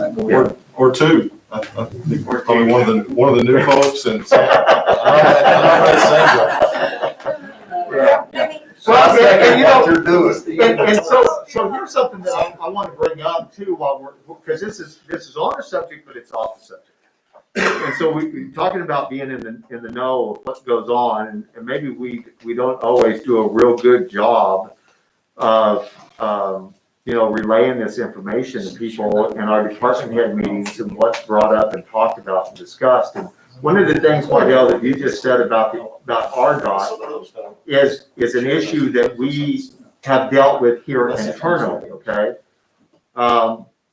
So there's a disconnect. There's a disconnect between sometimes city government and citizens, and RDOT and citizens, and a lot of that comes from, we were even talking about this in some of the construction projects that we had going on. If you've got a guy that's digging a ditch, his focus is digging that ditch. He doesn't see all the other stuff around it. He's just focused on digging that ditch.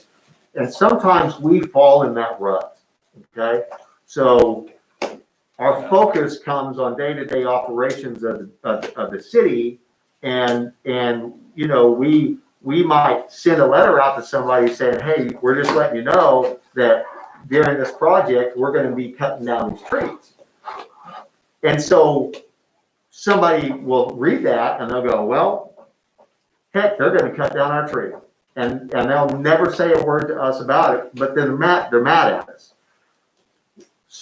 So, instead of telling somebody we're going to cut down their tree, why not talk to them about it? Why not, if there's no other way around it, then that's one thing. But if we can go around it, and if it's a tree that's been there 100 years and it's a mainstay somewhere, no matter what we think about it, no matter what we want to do, let's work on this. And I'm just using that as an example. And I just bring that up to say that I think that it's important for the city council to know this, and I think it's important for you guys to know this, that we see this. We understand that sometimes we do things in a way that causes a disconnect, and so we're working on those. We're trying to fix those issues and those problems, so that we don't continue to have those kinds of disconnects with our citizens. And so off the subject, but on the subject with what you just kind of said. Well, I appreciate that, and we just knew that we only had a certain amount of money for this first phase, Mhm. you know, Right. to use, and then we asphalted the whole parking lot instead of graveling, you know, that took a lot more money, and then I knew And it that. really didn't though, that's the thing, it didn't. You're talking about just a few $1,000s difference Oh, see, in I didn't know what we that. had originally talked about to what we did out there. Yeah,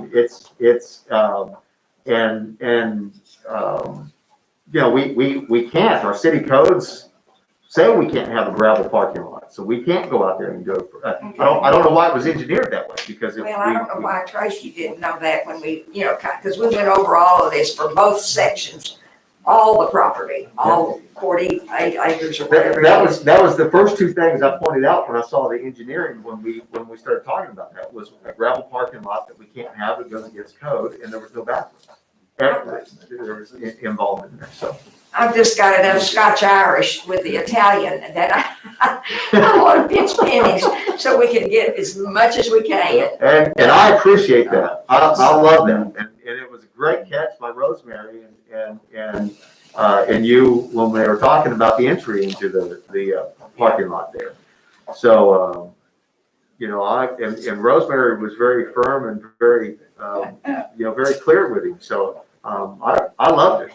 You haven't paid any more, have you? No, Good. no, I didn't pay him, he didn't bill us for that, Okay. he knew better, because I told him I'd sick you up. So, yeah. Well, we're gonna, it's gonna be a more lengthy process.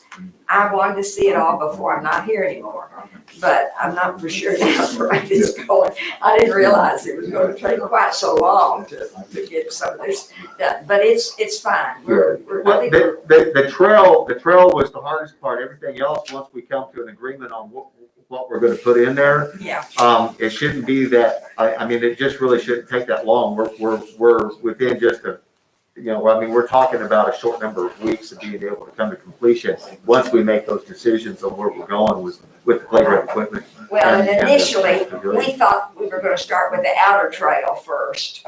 I mean, that's what Tracy had talked with us, and then I didn't know otherwise, and then this is like a miniature of it, and on the inside, it's the smallest, but it's fine, well. Yeah, the outer trail is supposed to be 10 foot, the inner trail is supposed to be 8 foot. I can't remember when that change was made, but that was. Jury, I think that we do need to address the problem with people coming in there and, parking or doing things that they're not supposed to be doing, that the police are having trouble with. And I don't think we need to wait on RDOT to do that. Jeff, what's your, intake on that? I think we probably need to hire some more policemen. Oh, well, hey, listen, do you want me to look at my place? I can just put the scope on it. I think if we could just have signage. Well, and that's something else I was gonna mention a while ago. The mayor and I actually already talked about signage, and we're getting with Sean on the wording. Cause, I mean, we don't want four-wheelers on it, but, some of the motorized wheelchairs. Yeah. We don't wanna word it in the wrong way. Right, right. We actually, and Jeff, you didn't know this, but, a sign actually went up today on motorized vehicles on the trail. So we have a sign for that up. What we still need to do is the park hours. Right. And what's kind of happened on that is Jeff and I trying to get the time together to go through and come up with, we were gonna do all the parks, because we've got other parks too, that the signage needs to be replaced. And so we've got to make that a priority and get that done.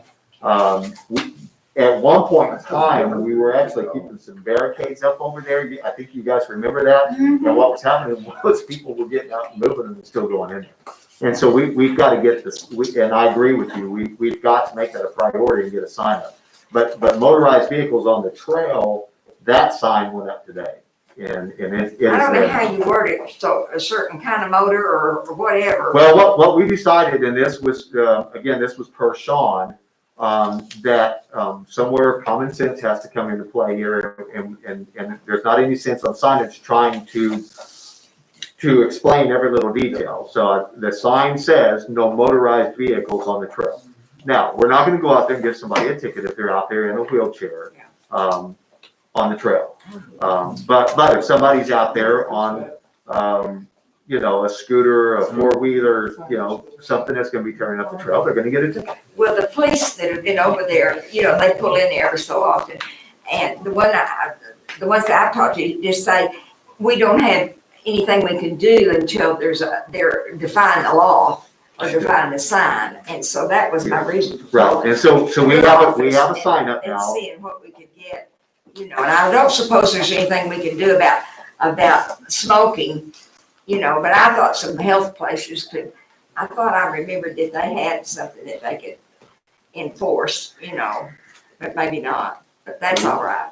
We don't have, as far as I know, we don't have, do we have not smoking in city parks? I don't think so. I think we have one that applies to city property. All city property. All city property? Okay. That city parks would fall in. Because I remember when I was on the council that we talked about that, but how do you enforce it in a park that kept coming up? And I mean, that's the thing. I think we Well, kind of unless go back they, to. park over there. because if somebody's standing out here in the parking lot and they're smoking a cigarette, then are we writing tickets? No, I mean, I think that kind of goes back to the mask thing. I mean, if y'all want us going around writing people tickets for smoking, then, I mean. Well, also I think we look should, at that, I think we but- need to look at the wording on that ordinance, because I know that I don't remember if it was in so many feet of certain things, or, Yeah. because I know there's it wasn't just all city property, because all city property would be The the streets. streets. Yeah, That's right. right. There I was think we some, said that these are public buildings or. Well, that's what I'm with John on that. See, it wasn't just city property. It was, I think, it's more specific. yeah, it was more specific about buildings and things of that nature, because we even left out, there was even some talk about putting in, talking about tobacco use, and that gets into dipping and other forms of tobacco, and we left that out, because of the way that it would affect everybody. I mean, again, how do you enforce that? And that was Russell's deal, and this was back when Russell was chief, and I was on the city council when that came up to the city council. And,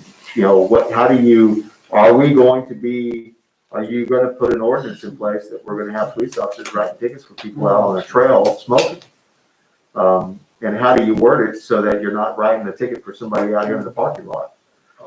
I know we're already got here, but just one more comment on the hours, parks hours. I know I brought this up before, but just keep in mind, as we're all reminded what standard time looks like, that 6 o'clock now doesn't look like 6 o'clock in July. So I think any parks hours should probably be in reference to sunrise and sunset. So it's my 2 cents. I think that's a good idea. Yeah, we especially when it comes to, like we were talking about that with the Lake Elma trails, and that's another great example there that what John was talking about. Somebody out there at 6 o'clock now is an issue because it's dark. Somebody out there at 6 o'clock in July, it's not an issue. If you do sunrise and sunset. Yeah, and Sean did some research on that, on exactly how to word that so that that we could use that. And so we do have that down, and we're gonna, but it can't be for every park, because if you do, then you're taking tennis courts out, right? And we want people to be able to go in and play tennis at 6, 7 o'clock at night. We don't want them over there at 10 o'clock at night, because we've got apartments across the street, and they don't need to be over there with the lights on, and you're into fly time. So that's kind of the issue that we have, is we are so diverse now in our parks, and what each park kind of has its own little personality now. We can't just blanket cover everything, so we have to address each park separately and the signage for each park. So Jeff and I will make that a priority, and we'll get that part taken care of, and we should have by now. I mean, we've been talking about it for a month, right? So,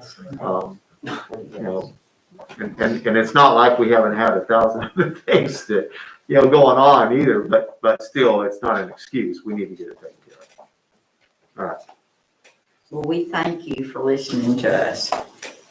Oh, yes, ma'am. We're glad to have you, Ruth. Amen.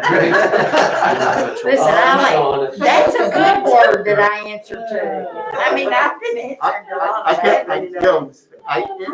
several times today I heard, well, Ruth's on the agenda, and I was like, okay, I'm not really sure who Ruth is, okay. And then when I saw it, I thought, oh, okay, I know what Ruth is. All right. Is everyone else good? Are you guys good, Larry? I think so. Oh, yeah, thank you. You good with everything? And I'll make sure to call Harry, I mean, not Harry, but Jim, and tell him, if he's waiting on me, he doesn't need to be waiting on me. He needs to get going, so I'll call him, so we can get that going.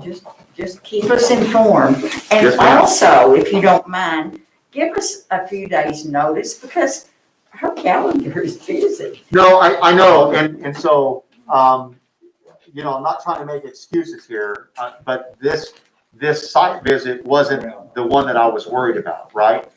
Because this is just him coming and trying to look at what we have. So I wasn't worried about this one, and we were having to try to fit it in to, we've set a time and a date now. This is the third one. And originally, when we had changed the first one, we had it set for 9:00 tomorrow morning. But after we set that, then I found out that I have a meeting with Leslie Rutledge tomorrow morning at 9:30. And so I had to move it. And so we were trying to figure out a time that he could come down to Northwest Arkansas and it worked. Does he manufacture this stuff where? He doesn't manufacture it. They are the company that constructs puts it all together. And they sell the equipment.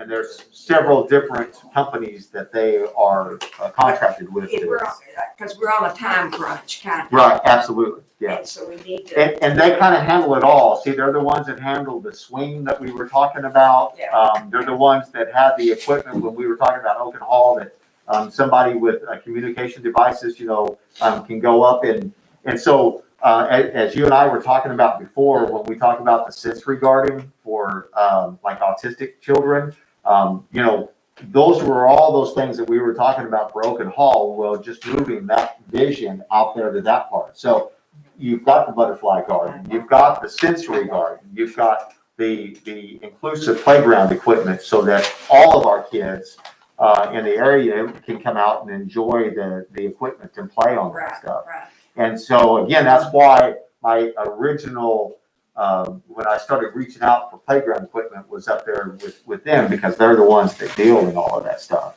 Well, if he thinks he needs more space for something, he'll be sure and let us know. And that's what the site site visit is tomorrow, and that's really all that is. All that is to go out there and look at where we're at, so that he can go back and put some things together, and then that's going to be the meeting that's going to be very important for. Okay. I have a funeral tomorrow.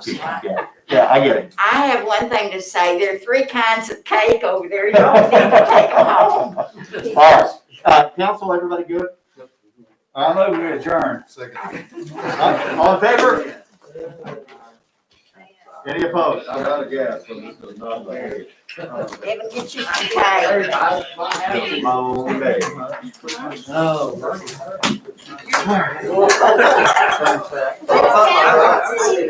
I even brought napkins. So get you some cake. Oh, yeah, thank you. I meant to say that to you. You didn't win by as much as that. I know what, I tell you what. Evan, you just wiped everything out. I do what?